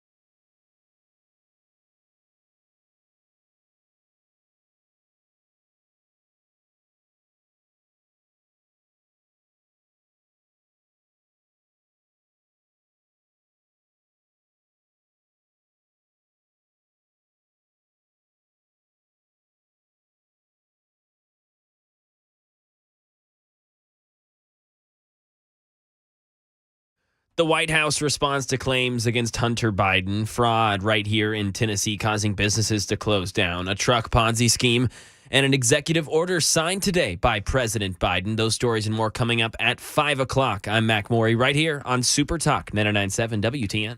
All right.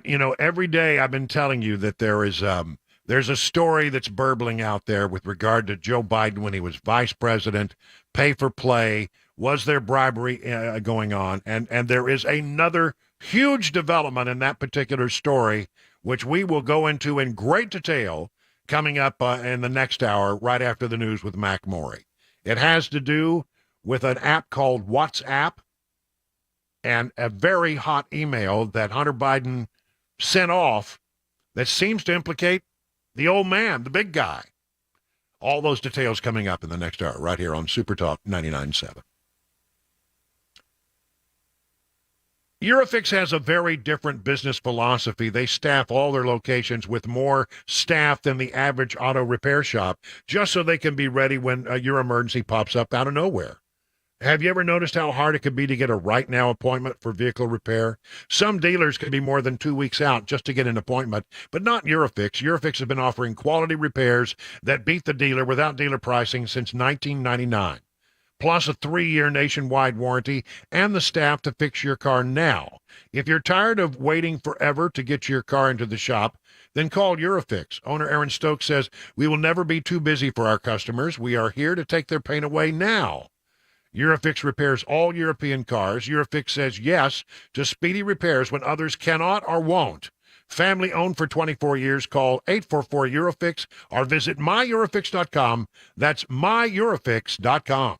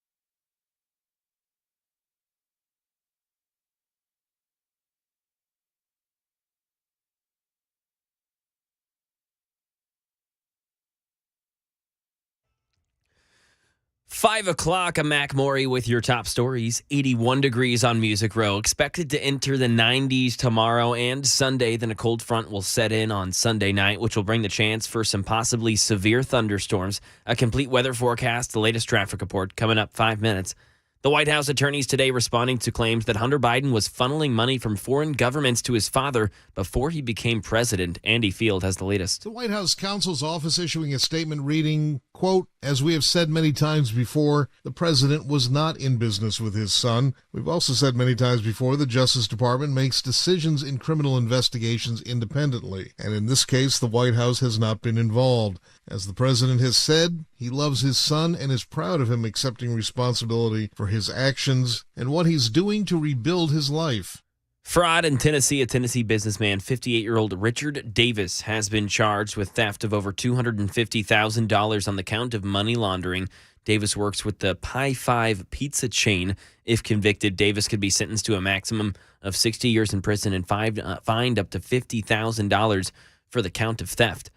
And the Justice Department says anyone who invested money in a Florida trucking company should get into contact with them because the investment was part of an alleged Ponzi scheme. Brian Clark. Federal prosecutors say Sanjay Singh was offering investors shares in his Royal Bengal Logistics trucking company and promising returns of up to 200%. That led to more than $100 million in investments, but in reality, according to the Justice Department, the business never made money. Singh was using the money for his own purposes and operating a Ponzi scheme. The Coral Springs, Florida man now faces federal charges, including conspiracy and wire fraud, that could send him to prison for 150 years. Over to the nation's capital, President Biden signing an executive order today that aims to increase access to low-cost contraceptives for Americans. It's a largely symbolic move that comes 1 year after the fall of Roe v. Wade. The Affordable Care Act already requires insurers to cover certain birth control methods without a copay. Under Biden's new executive order, federal agencies are being called on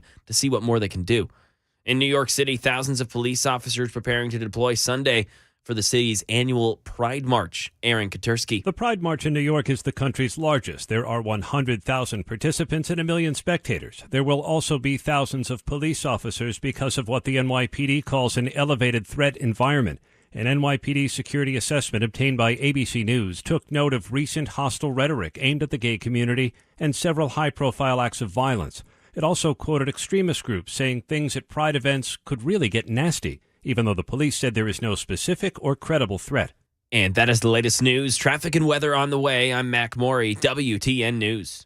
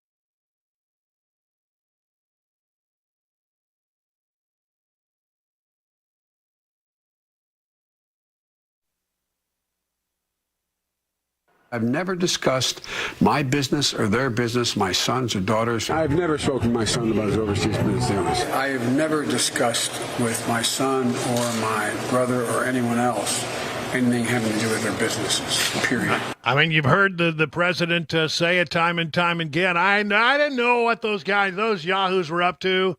Yeah, I know he's my son, and I know he's my brother, but I wasn't paying any attention, and I've never ever discussed any business dealings with any of his clients. I don't know anything that I know nothing. Going all Sergeant Schultz on us. I know nothing. Yeah, well, you know what I would say to you on that regard? Hush up, boy. Hush up, boy. Don't be talking about me that way. Well, I'm telling you, he's made the claim time and time again. I didn't know nothing. I saw nothing. I didn't know what they were doing. Those boys, they were out there making money, but I didn't know anything about it. Well, there's a new piece of evidence, every day, every single dadgum day, this story has another drip to it, and there's another one today that suggests that he is not perhaps telling us the truth about that. It all goes back to something known as WhatsApp. Do you know about this application called WhatsApp? It is a texting application, and the one thing about it is that the communications are secure and encrypted in some way. But investigators got a hold of Hunter Biden's what do you want to call it? His iCloud account, and was able to look at some of the messages that had been sent with this thing called WhatsApp. And there's a pretty interesting little thing that happened. I think it's in July 30th, 2017. All right. A message from Hunter Biden to a guy in China known as Zhao, a Communist Party official. And it appears that they were trying to get some information. So here's what Hunter Biden wrote to this guy, Zhao. Listen very carefully. I'm sitting here with my father. That would be Joe Biden. And we would like to understand why the commitment made has not been fulfilled. Tell the director that I would like to resolve this now before it gets out of hand. And now means tonight. And Z, yes, I guess it's a short nickname for Zhao. If I get a text or a call from anyone other than you, Zhang, or the chairman, I will make certain that between the man sitting next to me and every person he knows, and my ability to forever hold a grudge, that you will regret not following my direction. Listen to the last sentence. I am sitting here waiting for the call with my father. It's a shakedown. It's a shakedown. You owe me something, and I want you to pay me. And if you don't pay me, me and Dad, who's sitting right here with me, are not going to be very happy about it. All right? That is where we are today. This is what they were asking in the White House briefing room today. Here's James Rosen asking the question of John Kirby. The House Ways and Means Committee yesterday released documents, their authenticity nowhere challenged. That included a July 2017 WhatsApp message sent by Hunter Biden to Henry Zhao, a Chinese Communist Party official, which stated in its entirety, and I quote, I am sitting here with my father, and we would like to understand why the commitment made has not been fulfilled. Tell the director that I would like to resolve this now before it gets out of hand, and now means tonight. And Z, if I get a call or text from anyone involved in this other than you, Zhang, or the chairman, I will make certain that between the man sitting next to me and every person he knows, and my ability to forever hold a grudge, that you will regret not following my direction. I am sitting here waiting for the call with my father, unquote. So just a couple of questions about this. Well, I have a question before we go any further right there. I mean, one of the things I find interesting is this is the White House briefing room. John Kirby did not stop him from reading that incredibly damning text message in its entirety. You know, I know how this game is played. If you don't want something said in the briefing room where it's going to get picked up by other reporters and it's going to get covered. By the way, things said in the briefing room have an impact all over the world. John Kirby could have easily said, yeah, James, we've all seen the report, but I'm not going to talk about it. That's what he could have cut him off right at the knees and ended that, but he allowed that long and very elaborate question to go forward before he said, I'm not going to say anything about that. So just a couple of questions about this. First, does this not undermine the president's claim during the 2020 campaign and the reaffirmations of that claim by his two press secretaries since then, that he never once discussed his son's overseas business dealings with him? No, and I'm not going to comment further on this. We're good. I'm not. James, let me save you some. Let me save you some breath. If you're going to ask about this, I am not addressing. I know you do more than I'd like you to have. I am not going to address this issue from this podium. I'm just not going to do it. All right. I'm not going to do Where it. was the president? Thank you. And with that, thanks, guys. Have a great weekend. He grabs the book and he runs like a scalded dog from the press room. He wasn't having none of that. I'm not getting involved in this mess. I'm not gonna have you, drag me through the garden here. Which left Karine Jean-Pierre in the briefing room to continue to answer questions or not answer questions, as the case may be. Have you spoken to the president about this? Have you asked him whether he was there with his son on July 30th? This is not a conversation that I've had with the president. Again, I would refer you to the White House counsel. I mean, that's a pretty good question. Have you asked the president, were you there on that particular day with your son Hunter? Sometimes in Washington, you don't want to know the answer to some questions, so you don't ask. Do you plan to have that conversation with the president? No. Did the president speak with the attorney general at all? I cannot say if the president had a conversation with the attorney general last night. What I can refer you to is the White House counsel's office as it relates to the allegations. They've already addressed this. This is something for them to deal with. I refer you to the Department of Justice on anything else if you don't want to speak to the White House counsel's office. Yeah. And so, again, they're not taking the question. They're not going to go there. And it's a pretty good question. Okay. If, what we need to know here and what the thing that needs to be determined is, was this Hunter Biden just, faking or bluffing with this guy Zhang? Or was the president, vice president at the time, was he there in the room expressing dismay and expecting that there would be a phone call? Pretty good question.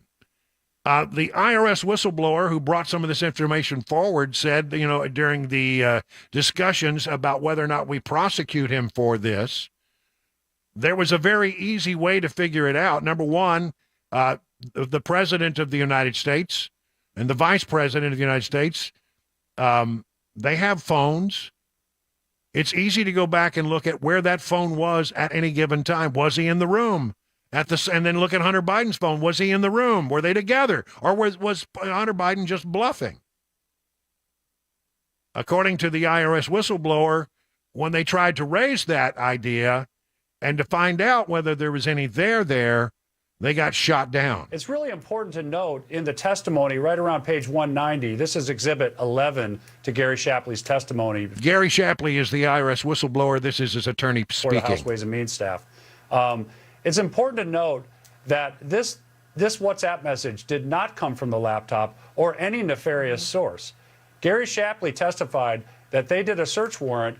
They got a hold of Hunter Biden's iCloud account, and they did a search warrant to the Apple Cloud, where they accessed Hunter Biden's WhatsApp messages, iMessages, and other information. And so this is credible. This comes from a credible source. And it's information that's very relevant to the dealings with the Chinese energy company and the income that Hunter Biden received. Now, I will say this. You'll see in the testimony that the agents wanted to follow up on this, and the prosecutors told them not to because, maybe Hunter Biden was puffing or something like that. So the agent said, well, let's get the GPS location of the father and the son, and let's see if they're actually in the same room at that time. And the prosecutor said, we're not doing that. No, because we don't want to know the answer. So closed another door on the investigation to make what is relevant to this case. And this happened over and over and over again. And that's what Gary Shapley wanted to come forward and make sure everyone could see, and this could see the light of day. So Gary Shapley, again, is the IRS whistleblower. The guy talking there is his attorney. And he describes other meetings where the prosecutor, Weiss, let it be known that he simply was not the final say in some of these prosecutorial decisions. He said it wasn't up to him. Yeah, well, I would love to point people to some of the records that have been just released yesterday. Exhibit 10 to Gary Shapley's transcript is, it's actually around page 178 of the transcript. It's a copy of the email that Gary Shapley, where he took contemporaneous notes of that meeting with U.S. Attorney Weiss. And it wasn't just Gary Shapley that was at that. That was a senior leadership meeting at the U.S. Attorney's Office that was attended by the special agent in charge from the IRS. It was attended by Gary Shapley himself. It was attended by the special agent in charge from the FBI and the assistant special agent in charge from the FBI. And Gary Shapley wrote up to his superiors, which included that, that same special agent in charge that was at the meeting, and he described it. And he said, Weiss stated that he is not the deciding person on whether charges are filed. And he described the whole events that Weiss laid out at that meeting, which was his red letter meeting, where Weiss said he tried to go to the D.C. U.S. Attorney's Office, and they wouldn't approve it. And he was trying to go charge it elsewhere in California. And he was trying to seek special counsel authority, and that got denied. And so this was a shocker to the agents who were present. And of note at this email that's in Exhibit 10 is the fact that Special Agent Shapley sent this up the chain to his command, including to Darrell Walden, who attended it, the special agent in charge, and asked Darrell Walden, did I get this right?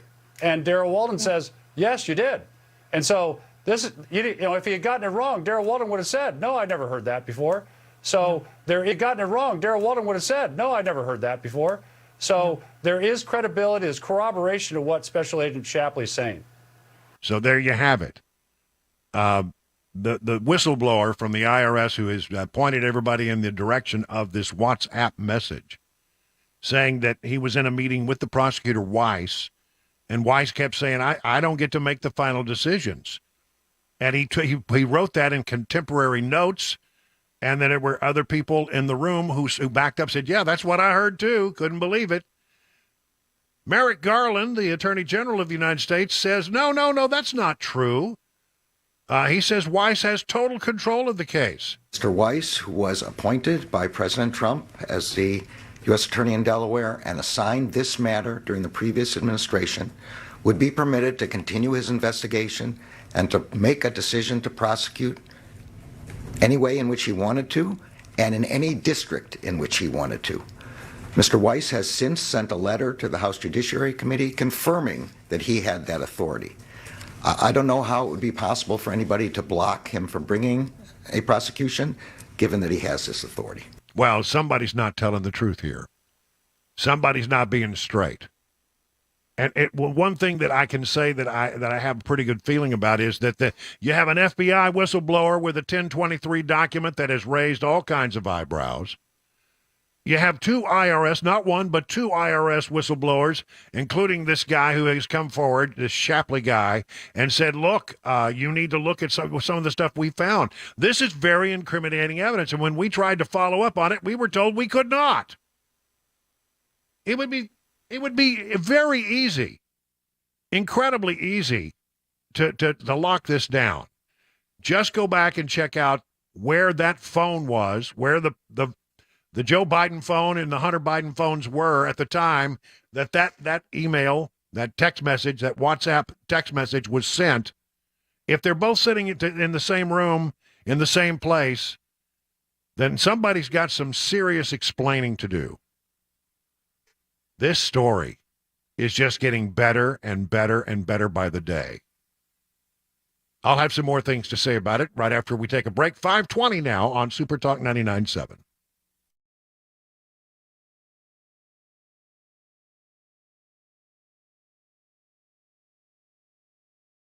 What is Everseal? Well, it's a sealant for concrete and wood. It's been used in industrial applications for ages, really. It's a way to protect your wood and concrete for a very long time. So here's how it works. The process starts with a deep cleaning all the way through your wood or concrete, make it look as good as it possibly can look. And then they take this patented sealant and apply it, and it absorbs all the way into the wood and the concrete to become a part of the wood and concrete, and it will prevent further deterioration for, I'm not making this up, 30 to 50 years. That's a long time. Got a 25-year manufacturer warranty on it. Think about how much money you'll save over all these years if you don't have to seal it year after year after year after year after year. I mean, it's good for 30 to 50 years, a 25-year manufacturer warranty on it. You could be doing it one time and then you're done. You don't have to think about it again. You sound like something you'd be interested in. Why don't you check in with Steve Nelson and the team over at Everseal? Here's the number, 844-EVER-USA. That's 844-EVER-USA. Learn more at ever-seal.com.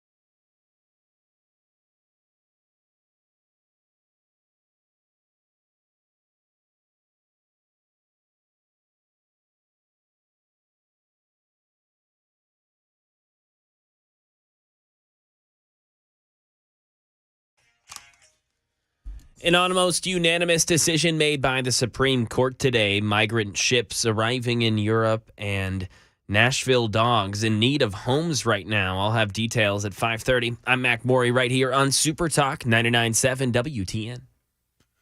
It is 5:25 now on Super Talk 99.7 WTN. Brian Wilson in the chair. Mac Morey down there in the newsroom, or I guess back there in the newsroom. And Chris Webber in the control room with all the plinky. What? I know. He's distracting at times. Oh, you're playing drums, man. I'm on that offbeat, yeah. I thought that was a dance you were doing back there. I was concerned. Looking forward, by the way, to seeing you guys at the big pool party. Yeah. Looking forward to that. Listen, I'm telling you, the weather's going to be great. Mm-hmm. We do an annual thing where all the guys, I invite all the guys and all the gals that we work with, most intimately, and doing this thing we call radio, over to a little party. And so it used to be the Gang of Four barbecue, and those were. By the way, there have been some great moments there. Oh yeah, the gang of four back when we were doing mornings and you never know what Ken Weaver's going to do. Yeah, we can't talk about most of the stuff that happens. I mean, I know, but so we changed it over to a big pool party because, well, as it turns out, this year we got a pool. Nice. And it's going to be like, I think, upper 80s. Mm-hmm. Beautiful weather. And we're going to have the pool is going to be set at 85 degrees. And we have frozen concoctions that help us hold on. Woo. That's right. It's going to be like Margaritaville, man. Don't, far out. Don't step on a pop top and blow out your flip flop. That's what we do. We don't want that to happen. So I look forward to seeing you guys tomorrow. Yep. I'll be there. All right. I'm talking about this whole Hunter Biden thing. Look, you just have to look at the thing in totality and understand that you have a situation where you have now an FBI whistleblower that's come forward and pointed them in the direction of a 1023 document, which they have to some point. They've sort of let people know about it. They've sort of let the FBI let people look at it, and it all reveals about how the Justice Department interfered in the investigation. That's the 1023. Okay, so then now you have 2 IRS whistleblowers who have come forward, not 1 but 2, and they're laying out all kinds of information, saying, we weren't allowed to investigate this matter. Time and time and time again, whenever we got some way to get close to the thing, they would find a way to shut us down. But the difference now is that we have a House Oversight Committee, House Ways and Means Committee. We have several committees on the House side with subpoena power that are going after this information. Find out about if there was a $5 million bribe. To find out if some of this stuff was just Hunter Biden popping off, puffing himself up, or whether there really was some there. It's certainly beginning to look like there was some there, and this story continues to drip, drip, drip every day. And what's interesting about it is every day the story gets stronger, not weaker. I mean, one of the things that I look at when I'm looking at a big investigative piece is each and every day, does the drip, drip, drip push the story forward? Or does it go all over the place? Yeah, well, today was a good day. Today, the information not so good to the culmination of this story. The stuff is solid. A lot of this stuff has been backed up and with documents and testimony. And each and every day, the story, the drip, drip, drip, makes the story stronger, stronger, stronger. And it was very interesting to me the way they handled it in the briefing room today. Hands off, we're not getting involved. I'm not talking about that, which is sort of the thing that you expect. But the other thing was that they allowed these very long and elaborate questions to go forward. That's not the way they normally do things.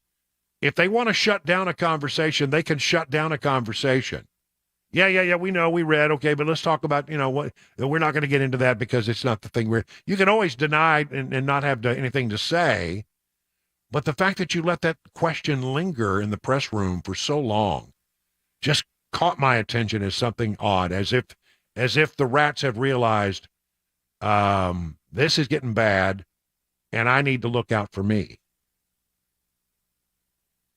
When they say the rats are starting to lead the ship, that's sort of the sense I'm getting now. People are getting very concerned about how they might end up looking when all of this stuff finally comes down.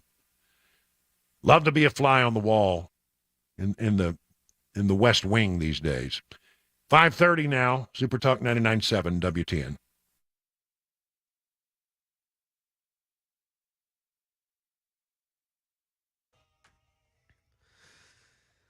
"31 minutes past the hour of 5 o'clock. I'm Mac Maury with your top stories. 84 degrees right now in Nashville. A sunnier, nicer day and expected to stay that way this weekend with a little hotter as well, 90-degree temps, and that sun will stay out until Sunday night when we have a cold front set in and some possible severe thunderstorms to end the weekend. The latest traffic report and a complete weather forecast coming up.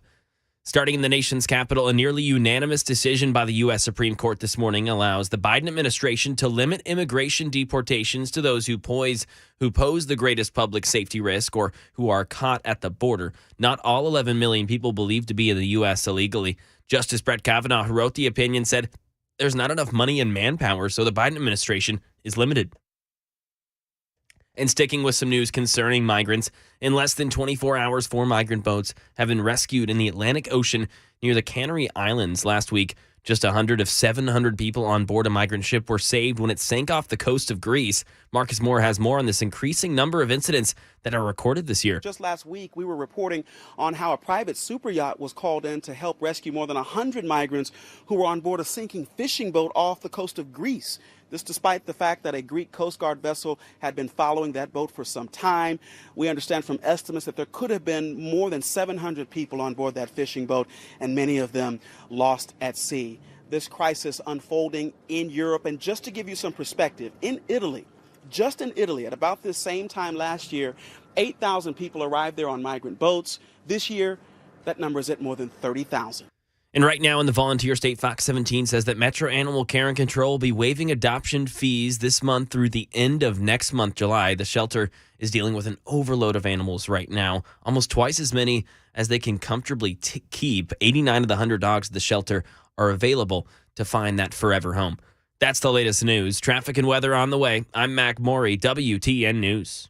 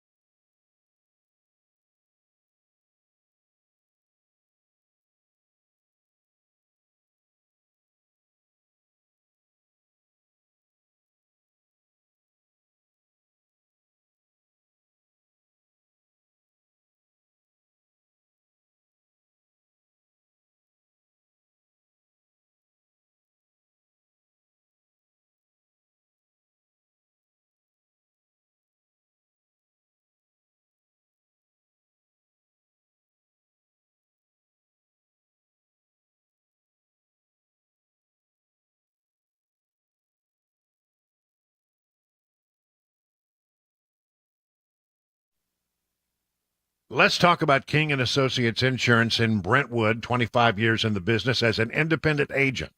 Now, here's how that works. As an independent agent, they do things a little differently. You're not talking about some big corporation with some, you're not going to be some, nameless, faceless number on to a big corporation on their big website. No, you're going to be talking to people who care about taking care of you as an individual, to get to know a little bit about you. So when you call this number, 615-329-8121, one of the things you're going to find is, you'll be shocked by this, you don't get a call center, you reach an actual person, a person who wants to help you, who look out for you as an individual, not just a number, right?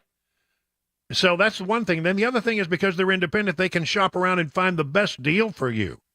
They got a lot of different places they can go and give you a lot of bang for your buck when it comes to insurance. Give you stuff that really meets your needs.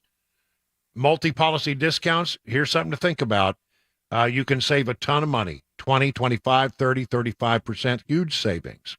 So to get your royal review, that's how they call it. They give it the royal review with King and Associates Insurance. Log in to tkinginsurance.com. That's tkinginsurance.com. King Insurance and Associates, you'll get royal treatment and great rates.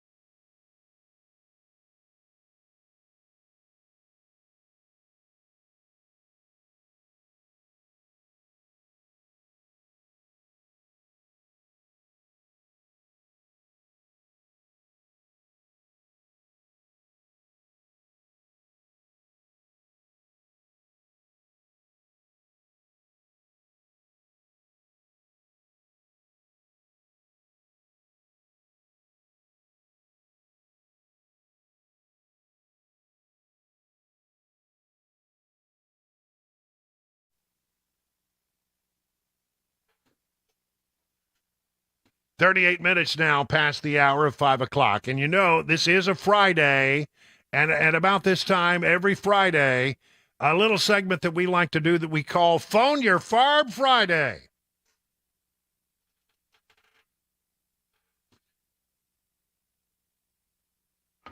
Well, here it is, 615-737-9986. That's 615-737-WWTN. We would love for you to get on board and tell us what's on your mind. I mean, maybe you got a bee in your bonnet. Maybe you have a burr in your saddle. Maybe you have a bug in a place where you really, hopefully, never will have a bug. So, get on the phone. Now, look, it is the summertime. A lot of people taking some time off, so, we don't have as many people in cars right now as we normally would. So you have a real good chance of getting on the line and getting through. I mean, get up on our 100,000-watt soapbox and express yourself. Maybe you want to take umbrage with something you heard. Maybe there's something that you're on that's on your mind that you think we're not paying enough attention to. It's your opportunity. Take full advantage of it. We open up the phone lines, and we're ready for whatever comes within reason, because it is a family show. It is a family show, and we want to make sure that we don't step and have to use a little red button. That's the goal. So, again, 615-737-9986. Been talking a lot about the whole WhatsApp thing with Hunter Biden. Been talking about some other things. What kind of things do you want to talk about? 615-737-9986. Okay, look, honestly, folks, a lot of lines open today. It's one of those days during the summer where, people have taken off early on a Friday. So this is your chance. Mitch in Brentwood. Mitch, you're on with Brian on the drive. What do you say, Mitch? I would get my bonnet about people driving on the interstate. Okay. Just learn to drive. Know how to drive on the interstate. They just don't do it. Law enforcement has the ability to find them, give them a ticket. You know what, Mitch, you're cutting in and out. I can't understand you, buddy. I'm sorry. Can you hear me better now? To give it a try. See what you're saying. I'm having a hard time understanding you, though. Go ahead. Can you hear better now? Yeah, go ahead. Okay. Being my bonnet is about people driving on the interstate. They know how to do it. They just won't do it. And the law enforcement has the ability to give them a ticket and remind them how to do it, but they don't do it either. They don't do their jobs either. We're talking about putting in more pay roads, but if you just learn how to use the interstate, we might not need those pay roads. Well, so give me something specific, something that bugs you. People driving in the passing lane all the time, not using the proper lanes. Now is that like when you get into the Metro Nashville area? It gets to the point where all the lanes are being used. Are you talking about that, or just being out on the main highway out there on the interstate? On the main highway on the interstate, not downtown traffic. Not downtown traffic. No. That is irritating, isn't it? I don't know what to tell you. Well, maybe because you've taken the moment here, and to speak about this, maybe even as we're now talking, people are saying, you know what, that's me. He's right. Let me get in the right lane, or in the proper lane. All right. Mitch, listen, thank you for the call. Greatly appreciate it. How about Kim in Antioch? Kim, you're on with Brian on the drive. What do you say, Kim? Hey, have y'all said anything about the House passing articles of impeachment against Biden? Well, to my knowledge, they haven't passed any articles of impeachment. I mean, I think unless something has happened in the last hour, there was a move to do that. And the last I saw on it was Lauren Boebert who wanted to put forth the articles of impeachment, and then at the last minute, a lot of people said, you know what, we're not ready for that yet. Let's do it when we have all of our ducks in a row, when we have our evidence all in line. It's a little premature. That's where I heard it was. If I'm behind the curve on that, and I don't think I am, okay, then I'll stand corrected. Breitbart News reported that all the Republicans said yay, and of course all the Democrats said nay. And it didn't say the article passed. It just said they would move forward, I guess, like with investigating that. It was kind of different than saying yes, we vote for that. Well, I'll have to check, because the last time I saw, and see, here's why I don't go down the path of talking about things that don't seem like they're going anywhere. I'm just going to do a quick search to make sure I haven't missed something, because that would be a hell of a thing to miss, wouldn't it? Here's. Oh, they just voted to took the impeachment resolution to committee. Yeah, Right. so he goes to committee. Okay, well that's a long way from getting any kind of action. Look, I mean, I think there are impeachable offenses. I also believe that we're getting very, very close to actually proving, high crimes and misdemeanors here. Seems a little premature. A lot of people have been very critical of Lauren Boebert for pushing it now instead of waiting for a more appropriate time when you actually have, a pretty good case built. I think we're building a case. I truly do. Okay, Kim, thank you for the call, man. I appreciate it. I really do. How about Charles in Franklin? Charles, you're on with Brian on the drive. What do you say, Charles? Well, I have a question for you. Are you going to tell me the truth, or are you going to Jean-Pierre me? Well, I don't know. What's the question? What happened to Michael Del Giorno?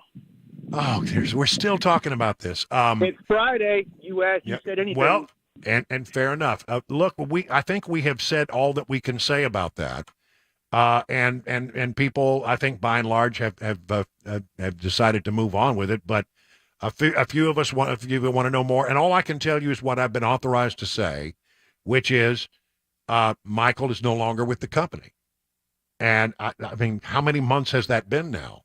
And beyond that, I'm just not at liberty because I don't have all the facts. I'm not the guy to give you the answer on that. You can continue to ask, and all I can tell you is that in a major corporation, these decisions are out of the hands of people like me. I don't have any knowledge that I can give you that would be solid knowledge, so I'm just going to give you the official line, which is he's no longer with the company. Gotcha. I love your show. You're the last one. You and Pam. Thank you, sir. Well, hold on. I got to know. Was that a Karine Jean-Pierre answer, or are you happy with that? Sure. It most certainly was. I appreciate it. All right. Thanks a lot. Well, there you go. Andy in Mount Juliet, you're up with Brian on the drive. What do you say, Andy? Hey, Brian. I'm just wondering, how can the Supreme Court say that we can't deport illegal immigrants when it's federal law? Well, I think that the decision by the High Court, and we did a segment on this a little earlier, had something to do with the fact that they decided that the state of Texas and the state of Louisiana did not have standing to make the claim that they were making, and they were trying to push the Biden administration into a certain policy. Say what you will about the Biden administration, but it has long been sort of the view of the High Court that issues regarding immigration are the sole purview of the executive branch, and that and they said basically the states don't have standing. I would argue, you know what? We've got people who are not faithfully executing the laws of the land. And therefore, the states do have a valued opinion and should have standing in the matter. But that's what happened today. They said that there was no standing for the state of Texas and Louisiana, and therefore the matter will not be considered. And that's where it is. Don't agree with it. 8-1, by the way, written by Kavanaugh. All right. Thank you, Andy. Appreciate it. Hope that helps you. Let's go to David in Henderson. We got some open lines and a few more moments to go, so you got time to get in. David in Hendersonville, you're on with Brian on the drive. What do you say, David? How you doing, Brian? I'm sorry I had to do that, Brian. I'm sorry, buddy. If anybody has standing, it should be Texas. But that's not why I called. You'd seem that'd be right. But go ahead. What's your question? I like your stance on how, or you're positive on how something sounds like it's really going to happen with Biden. But I got $100 that said they won't nothing happen to Biden or anybody in his administration or Hunter. It's just not going to happen. This little censure that they did on Adam Schiff. Right. I mean, what did that really do? Nothing. Nothing. Nothing. Nothing. Yeah. It's like he said he's going to wear it as a badge of honor. Nothing gets done to the Democrats. Well, And nothing's going to happen to Biden. If you can prove that there was a this for that, a quid pro quo, a $5 million bribe when he was vice president of the United States, that, what do you impeach people over? High crimes, misdemeanor, and bribery. I mean, that's the kind of thing that would stand up in a classic way. Look, I know people are skeptical. All I can tell you is I've been looking at this kind of stuff for a long time, and this is a story that has legs. This is a story that's not going away. And by the way, it's a story that the mainstream media would like to bury, but it's gotten to the point where they can't bury it anymore. It's really an ugly, ugly story. And I think we're eventually going to get to it. I do. I think the difference is House Republicans have subpoena power, and they can get stuff that Democrats didn't want to go after, that the Justice Department doesn't care to look at. You now have people with subpoena power who can go out there and compel testimony and get documents. Wrap it up with John in Nashville. John, you're on with Brian on the drive. What do you say, John? Well, I just got something to say about that submersible. If you're going to sink so much money into being able to take billionaires down to the Titanic, why wouldn't it have some kind of deployable inflation device to get that thing back up to the surface? And then my other question is, did anybody see in the dawn sky last night at maybe about 4 o'clock to the moon, the bright object that sat there? It was about 3 times the size of Jupiter. I pulled my star tracker out. It was not Jupiter. And it was xenon light, and it had beacons going off all around it momentarily, but then this red thing left that object and went across the sky, sparkly red. And then it changed trajectory, and it wasn't going like a big zing. It was traveling at a modest speed. And I just want to know, did anybody else see that? I didn't hear anything about it. Chris, you see anything about that? I haven't. That's the first I'm hearing of it. Interesting. No. The white thing just sat there outside of the rotation of the Earth. So it's really hard to tell how close it was or anything like that. But it was not an airplane. It was just weird. Well, maybe if you've heard something about it, send us a little note on the text line, super text line, and we'll follow up on it. But I haven't heard anything about that. And I believe the truth is out there, John. I do. It's now 52 minutes past the hour of 5 o'clock on Super Talk 99.7 WTN.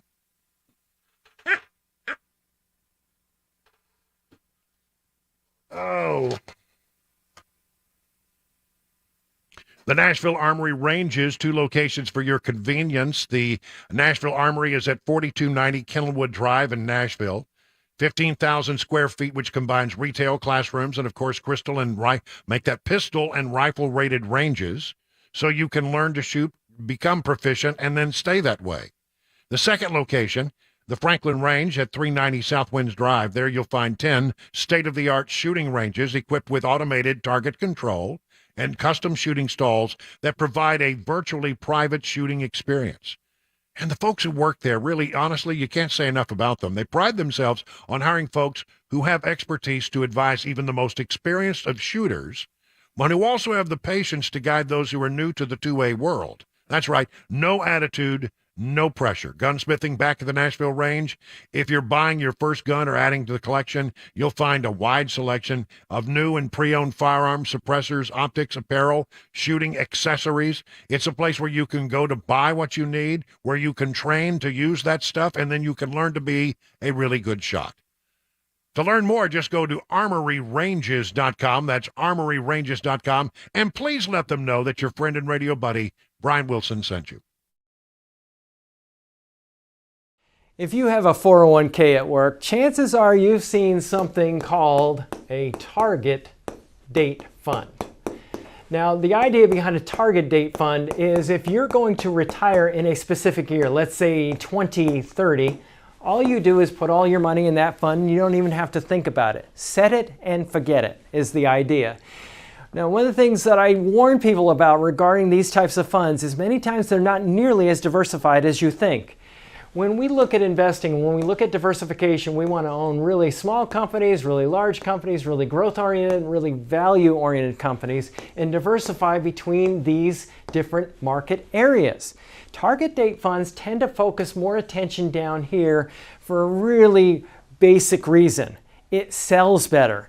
Because you're investing in very big, well-known US companies, what happens is investors tend to like to look like the market, as we say. And the problem, though, is when we do that, is we can go very long periods of time. 1966 through 1982 is one example. More recently, 2000 through 2012, where large US stocks had no return, where other market segments actually did quite well. So one of the things that happens is when we invest in a target date fund, we may be overly concentrated and have more risk than we really realize. So if you want to learn more about our approach to investing and financial planning and how we educate investors, go to paulwinkler.com and set up a free 15-minute phone call, or you can call 615-851-1950.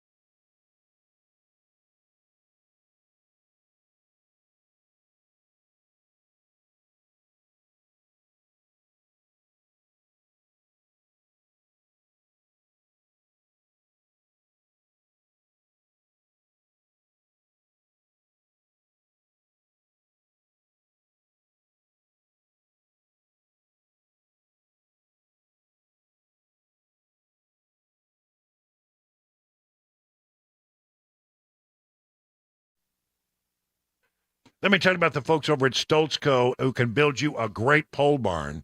If you're thinking about if you're in the market for a pole barn, the two brothers that run Stoltz Co. are the two guys that you need to speak with. Exceptional quality, craftsmanship, fair prices. They can build your new pole barn to your specifications with your needs in mind, and that is the Stoltz Co. difference. You can use pole barns for all kinds of things. It can function as a classic tool or work barn, a garage, even a place to live. They combine the classic post-frame barn look with the reliability of modern materials and techniques to give you a finished barn that will withstand the test of time. They don't scrimp on quality. They don't cut corners. They believe their customers deserve only the best. So you need to go to their website, take a look at some of these buildings that they have on display. Really, honestly, this ain't your granddaddy's pole barn. This is something completely different. It's go to stoltzco.com. That's STOLTZCO.com. And if you want to call them, 615-622-5992. That's stoltzco.com. Or again, 615-622-5992. You can find examples on Instagram as well on their websites. You got to take a look at these pole barns from Stoltz Co.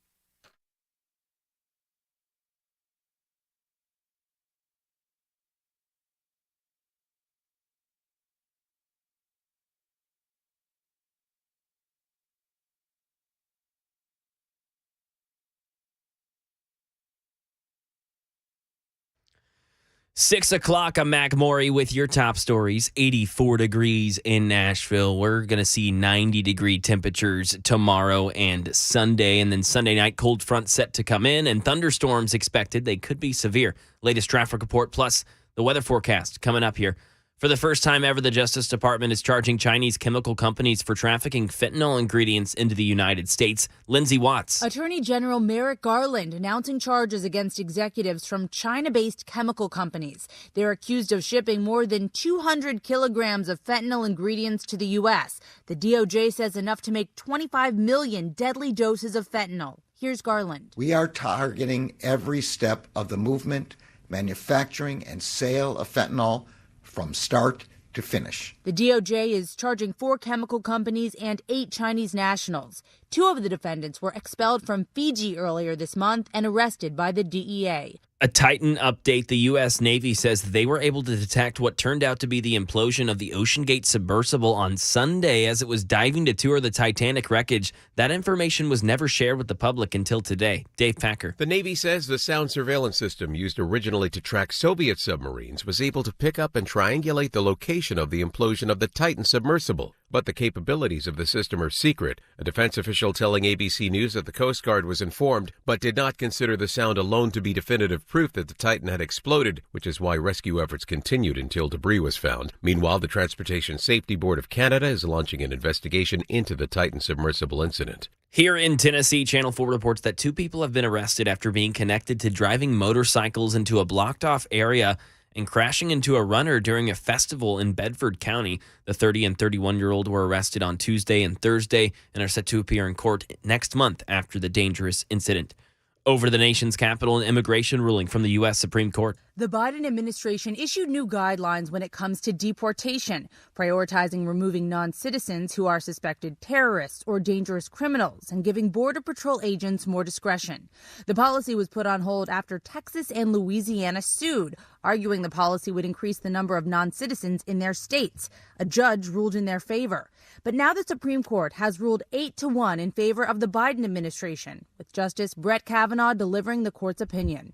That was Lindsay Watts reporting, and the latest news, traffic and weather next. I'm Mac Maury, WTN News.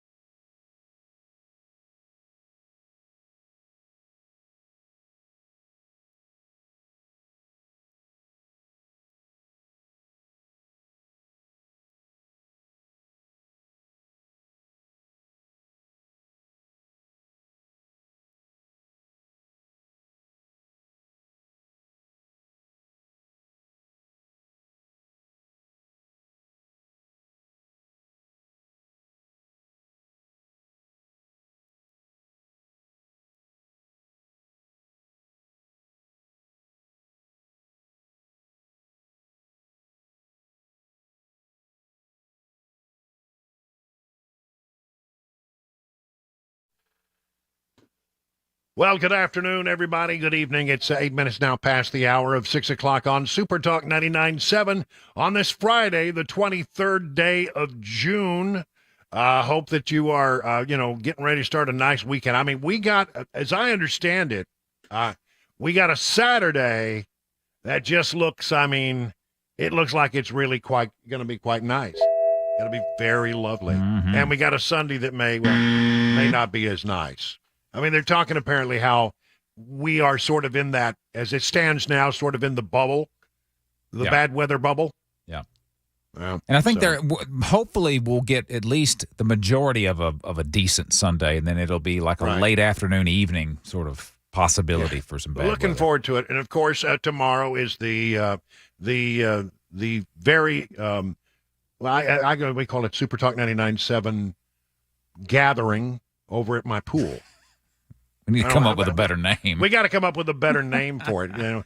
When we were just the Gang of Four barbecue, that was easy. And boy, there've been some great barbecues, when the group gets together. But we had to pick a day and get it locked in because people are starting to go on vacation. That's true, yeah. And so we wanted to get this squeezed in. So tomorrow is the day. I'm gonna have you and Mac and there's some of the guys that do the mornings, and some of the guys, a lot of people who work at the station that involved in our day-to-day product are going to be there. Yeah, it'll be fun, a good time had by all, I'm sure. Well, I think we're going to have a good time. I mean, the pool water is going to be 85 degrees, and the temperature is going to be, I think, about 86 degrees with abundant sunshine. Mm-hmm. I mean, really, weather-wise, couldn't ask for anything better. Yeah, that's perfect. And then we're having fajitas and tacos, and then the much talked about. This has been a problem, quite frankly. The much talked about confection machine, or what do you call it? The concoction machine. I've always wanted to have one of those frozen margarita machines. And so I bought one. Yeah. And it's been a struggle. I mean, we made one decent batch. Uh-oh. And sort of, we're trying, and the instructions were translated badly from Chinese. So, I mean, really I'm struggling to understand how to work this machine. But we got one good batch of I don't know, it was a lot of different stuff that sort of went in, sort of like a mishmash of there was some tequila, there was some bourbon. I don't know how that ever ended together. But, I mean, it was fruit stuff, and there was this, that, and the other. There was some iced tea thrown in.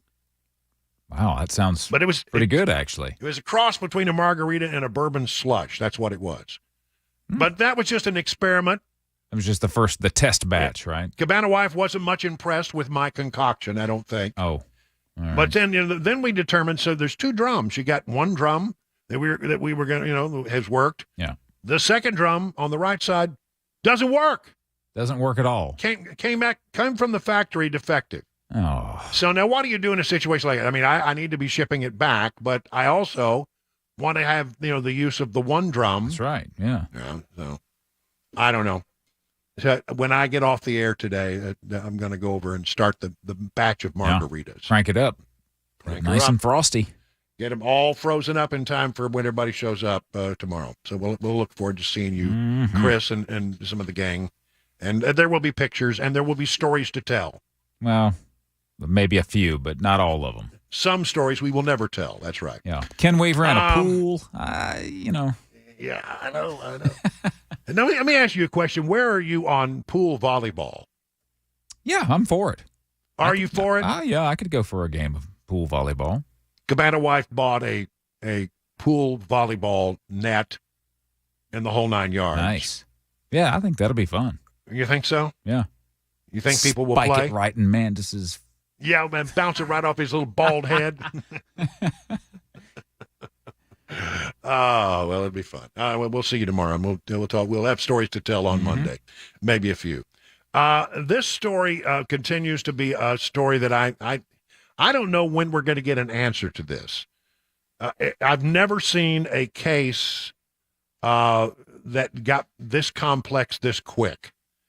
And I'm talking, of course, about the manifesto written by the shooter of the Covenant School shooting, and the things that have been written out. if you know the case, the shooter apparently left some documents in her car just outside the school on the day of the shooting. This became known, I guess they started to call it a manifesto. The police department has since walked away from that description, but it's sort of what stuck. But what we're really talking about are journal writings that go back. There's some 20 journals. Some stuff found in the car, some stuff found at the house, and they're in the possession of the police and the FBI right now. But there has been a petition made. It's normally a pretty simple thing, a Freedom of Information Act request, saying we think this should come out. News media organizations have asked for, some access to these writings to find out more about what was the motivation, what happened, what was driving the thing. And it looked like it was going to be a pretty simple process until then we saw something that was very unusual in that you had people from the church and people who were from the school and parents of some of the students then filed and said, we don't want it released. We do not want it released. We want to sit on that. We don't think the public has a right to know this stuff. And then even a more bizarre turn when the parents of the shooter decided that they were going to claim that they were as far as copyright purposes would go, that they had control of those documents because, their daughter did not leave a will, and therefore, in the normal course of things, the things that belonged to the daughter, since there was no will, would revert back to the possession of the parents. That's just law. And so they said, "But we want to take that and assign it to a lawyer who will represent the students of the school, and we want to give them those documents." I don't know what the purpose of that is, except that there's a great interest, it seems to me, in keeping that information out of the hands of the general public, and for reasons that I don't understand. I mean, I can understand that you don't want some of this stuff out for a security. Let's say that some of the journals have information about other places that the shooter thought about of going and attacking. Don't think we need to know that. Don't think we really have an interest in having it. No need. The details of that would not be particularly helpful. But I do think that there is value in understanding what was motivating the shooter. The shooter, there's several things interesting about the shooter. Number one, the shooter used to go to the school. 28 years old at the time of the shooting, but at one point was a student at the school. Does this have something to do with something that happened when the shooter was a student at the school? I don't know. We'd like to know that. It is a very rare kind of case because you have basically a mass shooting situation carried out by a woman. But what we're really talking about here is a woman who was going through the process of trying to become a man, was on the transition to a sort of transgender transition pathway on some level. We know the individual had mental issues, according to the parents, and had been gone through and been going to counseling for that. What were the issues? So, I mean, there's a lot of stuff out here to be gleaned. But when you've got now, I think there are 26, 27 attorneys that are now involved in this lawsuit, it's getting complex. It doesn't look as if this rather normally simple thing will be anything but simple to determine. Now comes this. Covenant School parent says killer's manifesto should be released and says that information is not the enemy. This comes from the Tennessee Star, talking about a guy named Travis Lamb, had a couple of kids at the school. One of the kids was away at the time of the shooting. Younger kid was there. Goes on to discuss all the things that were going on. This particular individual, this particular parent wants information about what's in those writings, those manifestos, those journals. The father of three wants to see the manifesto and related writings made public, and said the public parents need to know what drove such an evil act against innocent children and their teachers. Travis Lamb says, I don't shy away from information. We've got a person here who has a church upbringing, and I just want to get more information that will be helpful to me as a parent. According to court filings, the vast majority of Covenant student parents don't agree with Lamb's position. They've been allowed to intervene in a lawsuit filed by the parent company of the Tennessee Star and others seeking release of the Hale Manifesto. I think some of the quotes here are worth considering. And I think this is where Travis ends his conversation. Travis Lamb said he's been open with his kids about the nightmarish morning in March. It's important they know the truth. I tell my kids that information is not the enemy. There's darkness and there's light shining on the darkness. This story, of course, comes from the Tennessee Star, which is one of the litigants in the particular case. How that all is going to get resolved, I'm not at all clear. But the manifesto, the writings, I think there is benefit for the public having some understanding of what was motivating the individual. I think there is real value in that. And that I don't think that we can move forward. For example, we're being asked to write laws and to make changes in the state of Tennessee based on this incident, but we don't really know what was motivating this individual, except that there are some very unusual markers about this particular individual that are not true in most of the kind of public mass shootings that we hear about. A woman who wanted to be a man. What kind of treatment was that person undergoing? What happened at the school when this individual went to the school there? Are there things that are relevant? Was it revenge on some level? There's so many questions here. And I often come back to looking things and stop and taking a deep breath and just stand back and say, well, you know what? When so many people seem to have a very strong interest in keeping information out of the hands of the public, I think at some point you have to ask yourself why. Why is that happening? What is the motivation for keeping information that would normally be transparently produced for the public?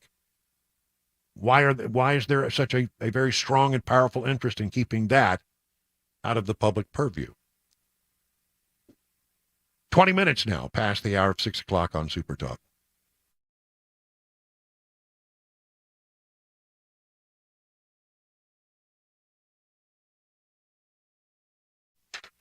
All right, pay attention, folks. If you're thinking about a gift, guys, for her this summer, why not go quickly to the Genesis Diamonds? They got a big deal going on right now, a big special, no money down, 0 interest for 5 years. That's right.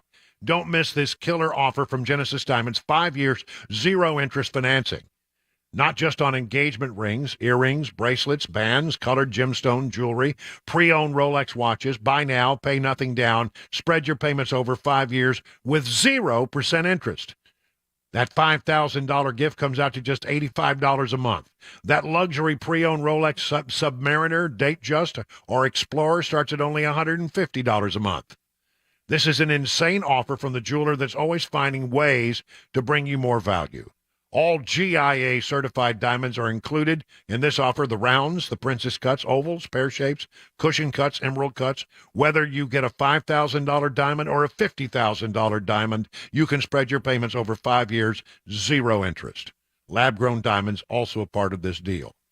You get the payments, you get Genesis value and a price on anything, and then spread the payments over 5 years and never pay a penny in interest. Limited time offer. It ends on July 1 and will not be extended. You hear me? You've got just a little time to take advantage of the deal. Genesis Diamonds, Cool Springs, and Green Hills.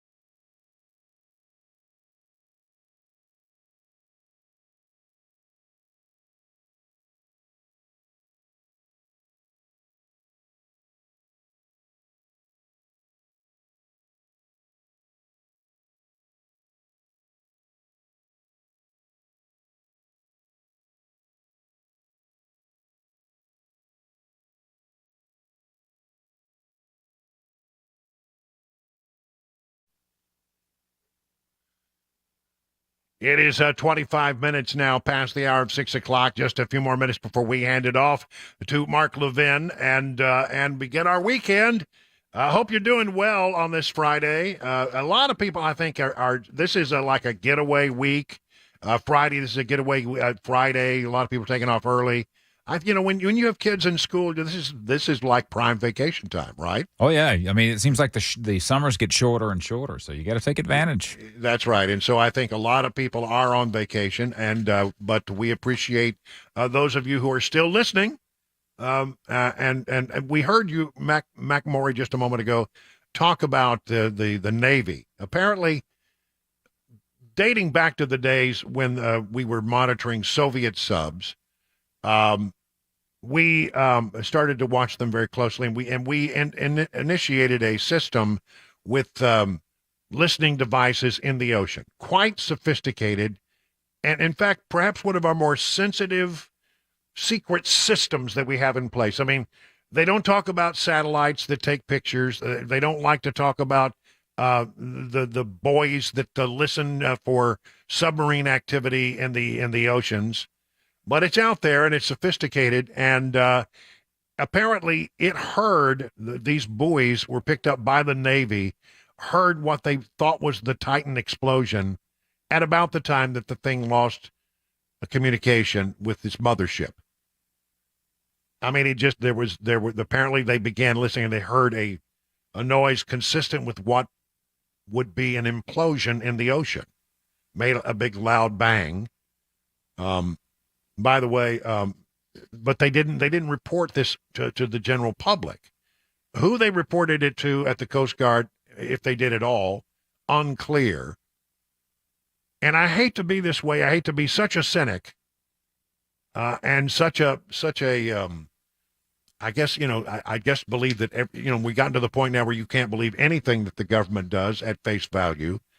Really, we don't have much faith in our government these days. I like to think I have some faith in the United States Navy, but, I mean, why was this information withheld?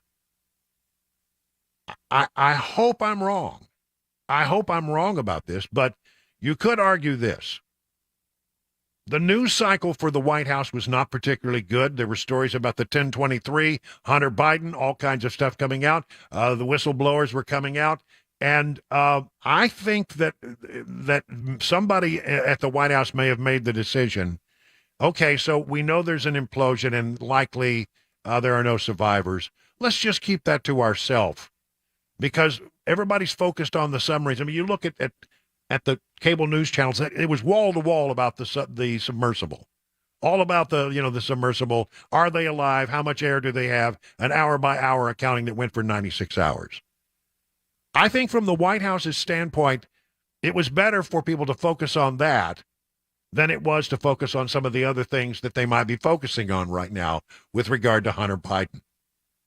I raise all this only to say that they kept it to themselves, but I also want to make you aware of this fact, and that is that there was no way to know for sure that the noise they heard was an implosion.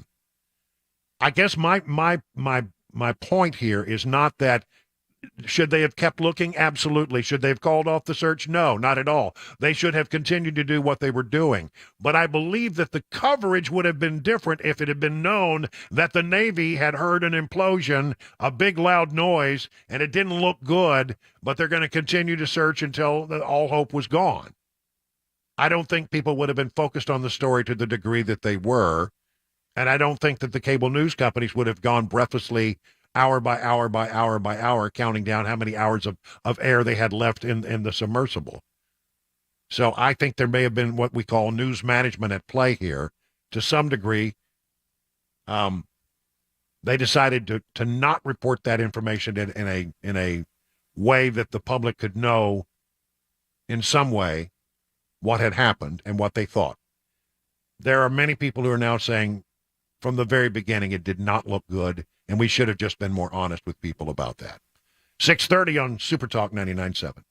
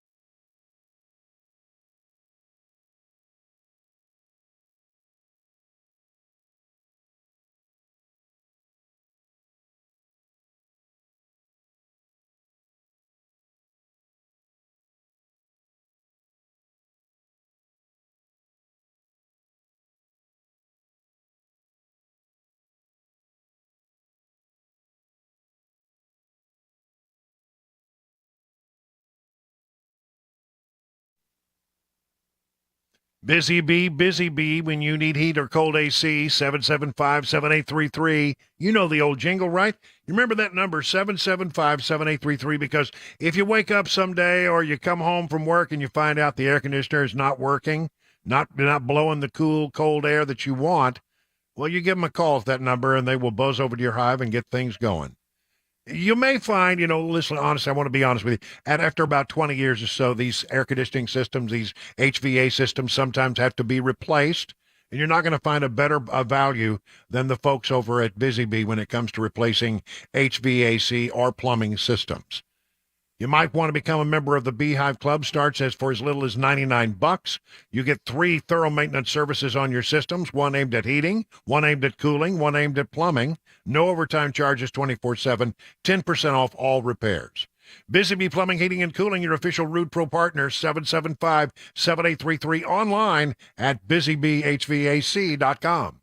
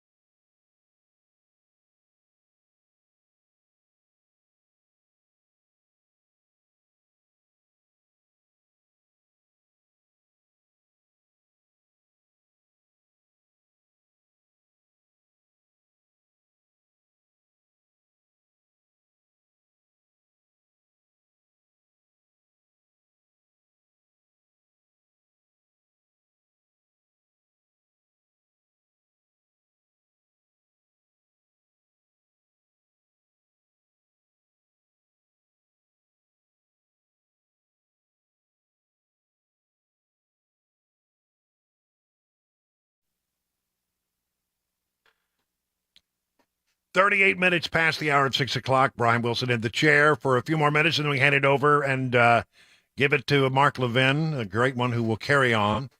And we'll begin a weekend. That's right. And it's going to be a nice day on Saturday.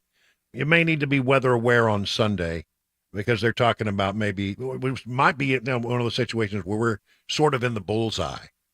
Yeah, let's hope not, though. I hope that's not the case. Yeah. But, bottom line is, if you got something to do it on Saturday. Yep. Sunday there may be weather, and you need to be keeping it. Yeah, but probably one of those days where you might want to bring the cushions in. Might not be a bad idea. Yeah. Not a bad idea. Okay. I keep telling you that there is with this Hunter Biden story, these revelations that keep coming almost by the hour, that there's a drip quality to it, and every time you hear something, you go, wow, this thing is getting more interesting by the day, by the hour, by the minute. So we told you earlier today about this that Hunter Biden had a WhatsApp account in which he wrote a pretty interesting email to a guy named Henry Zhao, who's sort of a Chinese Communist Party official. Has something to do with some of the dealings that he was doing over there. Not happy, apparently. Not very happy about not getting something one assumes money. Here's James Rosen. James Rosen did a great job in asking the question. Sets it up well. This is what happened in the White House briefing room today when my friend James Rosen raised the question. The House Ways and Means Committee yesterday released documents, their authenticity nowhere challenged. That included a July 2017 WhatsApp message sent by Hunter Biden to Henry Zhao, a Chinese Communist Party official, which stated in its entirety, and I quote, "I am sitting here with my father, and we would like to understand why the commitment made has not been fulfilled. Tell the director that I would like to resolve this now before it gets out of hand, and now means tonight. And Z, if I get a call or text from anyone involved in this other than you, Zhang, or the chairman, I will make certain that between the man sitting next to me and every person he knows, and my ability to forever hold a grudge, that you will regret not following my direction. I am sitting here waiting for the call with my father," unquote. So just a couple of questions about this. First, does this not undermine the president's claim during the 2020 campaign and the reaffirmations of that claim by his two press secretaries since then, that he never once discussed his son's overseas business dealings with him? Well, I mean, that's a great question. I mean, because Biden has said that time and time again. Here he is. I've never discussed my business or their business, my sons or daughters. I've never spoken to my son about his overseas business dealings. I have never discussed with my son or my brother or anyone else anything having to do with their businesses, period. So, you know, he's made those claims time and time again, but here you have this app, this memo that was sent to this guy named Zhao, sort of like a shakedown saying, my dad is right here with me now. So tell me, you know, are you going to resolve this tonight? We're standing by the phone right now, me and Dad, to find out if you're going to take care of it. Well, here's the new development in the last hour or two. A bank account linked to President Biden's son, Hunter Biden, received more than $5 million in August of 2017, shortly after his threatening messages in which he said he was sitting there with his father, to a Chinese associate revealed this week by an IRS whistleblower, according to documents released by congressional investigators. So there you have it. I mean, apparently the shakedown worked. He got $5 million, it would appear. But the real question is, you know, was Joe Biden actually sitting next to Hunter Biden, or was Hunter Biden pulling a fast one? Was he bluffing? I don't know. But there was a guy, an IRS whistleblower, who tried to find out. He had a great idea, went to his supervisors and said, all we got to do is get information about where their phones were at that moment. If they're in the same place, then yes, he was there while that email had gone out. Here is a guy by the name of Mark Lytle, who represents the IRS whistleblower, describing how that all went down. It's really important to note in the testimony right around page 190, this is Exhibit 11 to Gary Shapley's testimony before the House Ways and Means staff. It's important to note that this WhatsApp message did not come from the laptop or any nefarious source. Gary Shapley testified that they did a search warrant. They got a hold of Hunter Biden's iCloud account, and they did a search warrant to Apple, to the Apple Cloud, where they accessed Hunter Biden's WhatsApp messages, iMessages, and other information. And so this is credible. This comes from a credible source, and it's information that's very relevant to the dealings with the Chinese energy company and the income that Hunter Biden received. Now, I will say this. You'll see in the testimony that the agents wanted to follow up on this, and the prosecutors told them not to because, maybe Hunter Biden was puffing or something like that. So the agent said, well, let's get the GPS location of the father and the son, and let's see if they're actually in the same room at that time. Well, hold on a minute. That's a great idea. You get the GPS information of Biden, Joe Biden, and you get the GPS information off the phone of Hunter Biden. You can look this stuff up, find out where those phones were as that email was going out. Were they actually together, or was Hunter Biden alone? I mean, if you got an alibi, there's it. Lay it out there. Maybe you weren't there. Joe Biden, maybe you weren't in part of these conversations. Maybe it was just Hunter putting on a big bluff. But they wouldn't even let them ask for that information. It could have resolved. It could have cleared a lot of things up. It might have implicated some folks, but nobody really wanted to know where those phones were. Were they in proximity or not? And the prosecutor said, we're not doing that. So closed another door on the investigation to make what is relevant to this case. And this happened over and over and over again. And that's what Gary Shapley wanted to come forward and make sure everyone could see, and this could see the light of day. Well, one thing I can tell you is they didn't want to talk about it in the White House briefing room here today. Here is how John Kirby answered James Rose's question about all this. We're good. I'm not, James. Let me save you some. Let me save you some breath. If you're going to ask about this, I am not addressing. I know you do more than I'd like you to have. I am not going to address this issue from this podium. I'm just not going to do it. All right. I'm not going to do Where it. was the president on it? And so he continued pressing, and Thanks, guys. Have a great weekend. he's out of there. Don't let the door hit you on the way out. He just shook his head, and then Corrine is left to answer some questions, and she wasn't having any of that. I mean, somebody said, well, has anybody actually asked the president where he was on that date at that time? Have you had a conversation? Well, no, she says, I haven't had that conversation because she doesn't want to know the answer. Have you spoken to the president about this? Have you asked him whether he was there with his son on July 30th? This is not a conversation that I've had with the president. Again, I would refer you to the White House counsel. Do you plan to have that conversation with the president? No. Did the president speak with the attorney general at all I last night? I cannot say if the president had a conversation with the attorney general last night. What I can refer you to is the White House counsel's office as it relates to the allegations. They've already addressed this. This is something for them to deal with. I refer you to the Department of Justice on anything else if you don't want to speak to the White House counsel's office. That they don't want to talk about it. They don't want to ask the questions. Just as the prosecutors didn't want to really know the answer to whether or not Joe Biden and Hunter Biden's phones might have been in proximity. They didn't want to ask the question because they didn't like the possibility of the answer they might get. Same thing with Jean-Pierre, Karine Jean-Pierre. She doesn't want to ask the president of the United States, where were you on that day? Were you? Because if he's got a good explanation for it, that story goes away in 1 hour. I was here. I was with. I was not in the room. I was over here, and here's my schedule for that day. Shows you where I was. They don't want to ask the question. They don't want to ask the question because they're afraid of the answer they might get.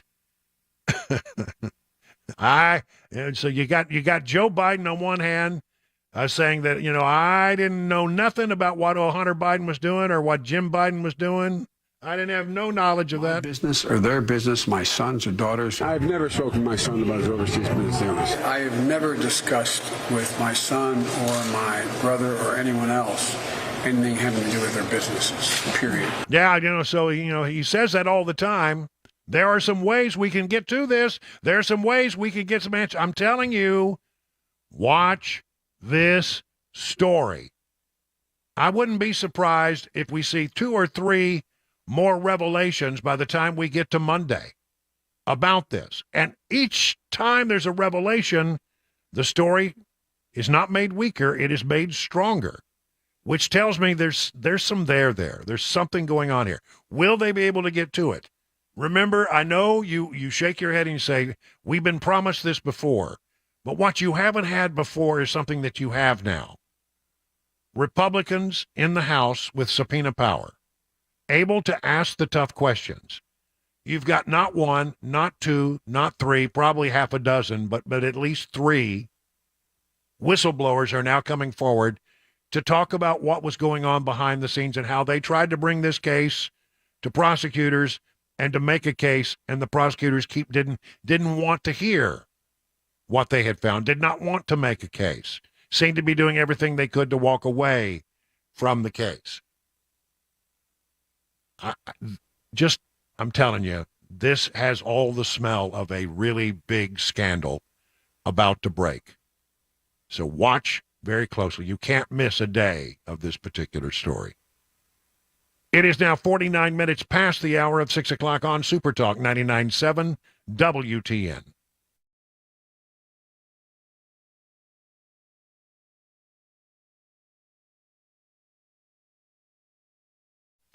Let's talk about DT McCall's, a good company, been around in this area for more than 100 years. They sell appliances, they sell furniture, they sell things that you might need for your home. And I'm telling you, a good company, a lot of stuff on display, a lot of selection. I know that Cabana Wife and I, we really took advantage of that because, sometimes you might have a different opinion. For example, we had a different opinion about the couch that we wanted for our living room. I had one idea, Cabana Wife had another. You know how you resolve that? You go a place where they have a lot of different options for you to look at. And I can promise you, within a moment, because there was so much selection, within a few moments, we came together on what was exactly right, and it was very helpful. Have you ever paid extra for like an appliance? Or they charge you extra for the cords and the hoses? They mess around with you about, what it's going to cost to have it delivered and set up and all that. They don't do that game over at DT McCall & Sons. They give you an honest price. It includes delivery, setup, and haul away. And they're just not going to play games with you. They're going to give you a good price. It's an honest price. And they're not going to play the same games that the big box stores play. Did I mention 5 convenient locations in Middle Tennessee? Why don't you go to their website to learn more about all the things they can do for your home? It's dtmccalls.com. If you have a 401k at work, chances are you've seen something called a target date fund. Now, the idea behind a target date fund is if you're going to retire in a specific year, let's say 2030, all you do is put all your money in that fund and you don't even have to think about it. Set it and forget it is the idea. Now, one of the things that I warn people about regarding these types of funds is many times they're not nearly as diversified as you think. When we look at investing, when we look at diversification, we want to own really small companies, really large companies, really growth-oriented, really value-oriented companies, and diversify between these different market areas. Target date funds tend to focus more attention down here for a really basic reason. It sells better. Because you're investing in very big, well-known U.S. companies, what happens is investors tend to like to look like the market, as we say. And the problem, though, is when we do that is we can go very long periods of time. 1966 through 1982 is one example. More recently, 2000 through 2012, where large U.S. stocks had no return, where other market segments actually did quite well.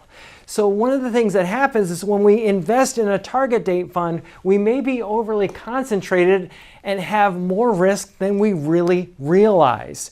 So if you want to learn more about our approach to investing and financial planning and how we educate investors, go to paulwinkler.com and set up a free 15-minute phone call, or you can call 615-851-1950.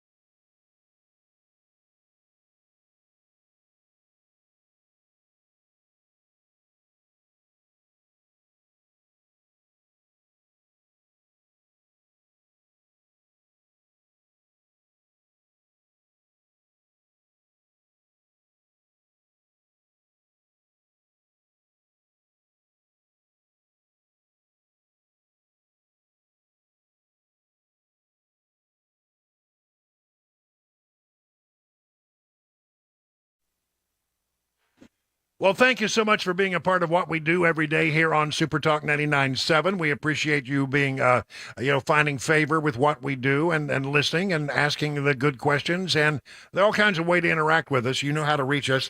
And if you want to get a rundown, just go to yourfarb.com.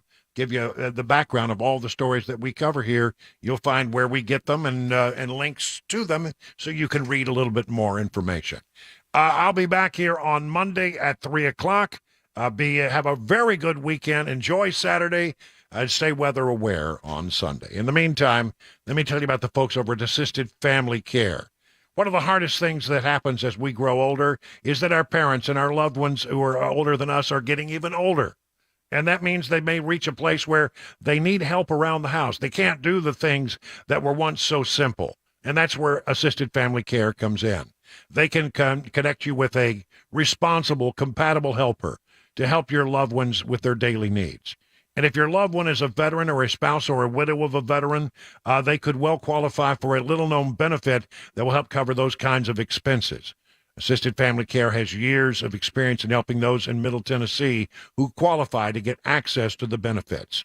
See, many veterans are eligible for up to 20 hours of daily living assistance, and the folks over at Assisted Family Care can help. Assisted Family Care will be there for you. Visit assistedfamilycare.com or call this number, 615-833-9725.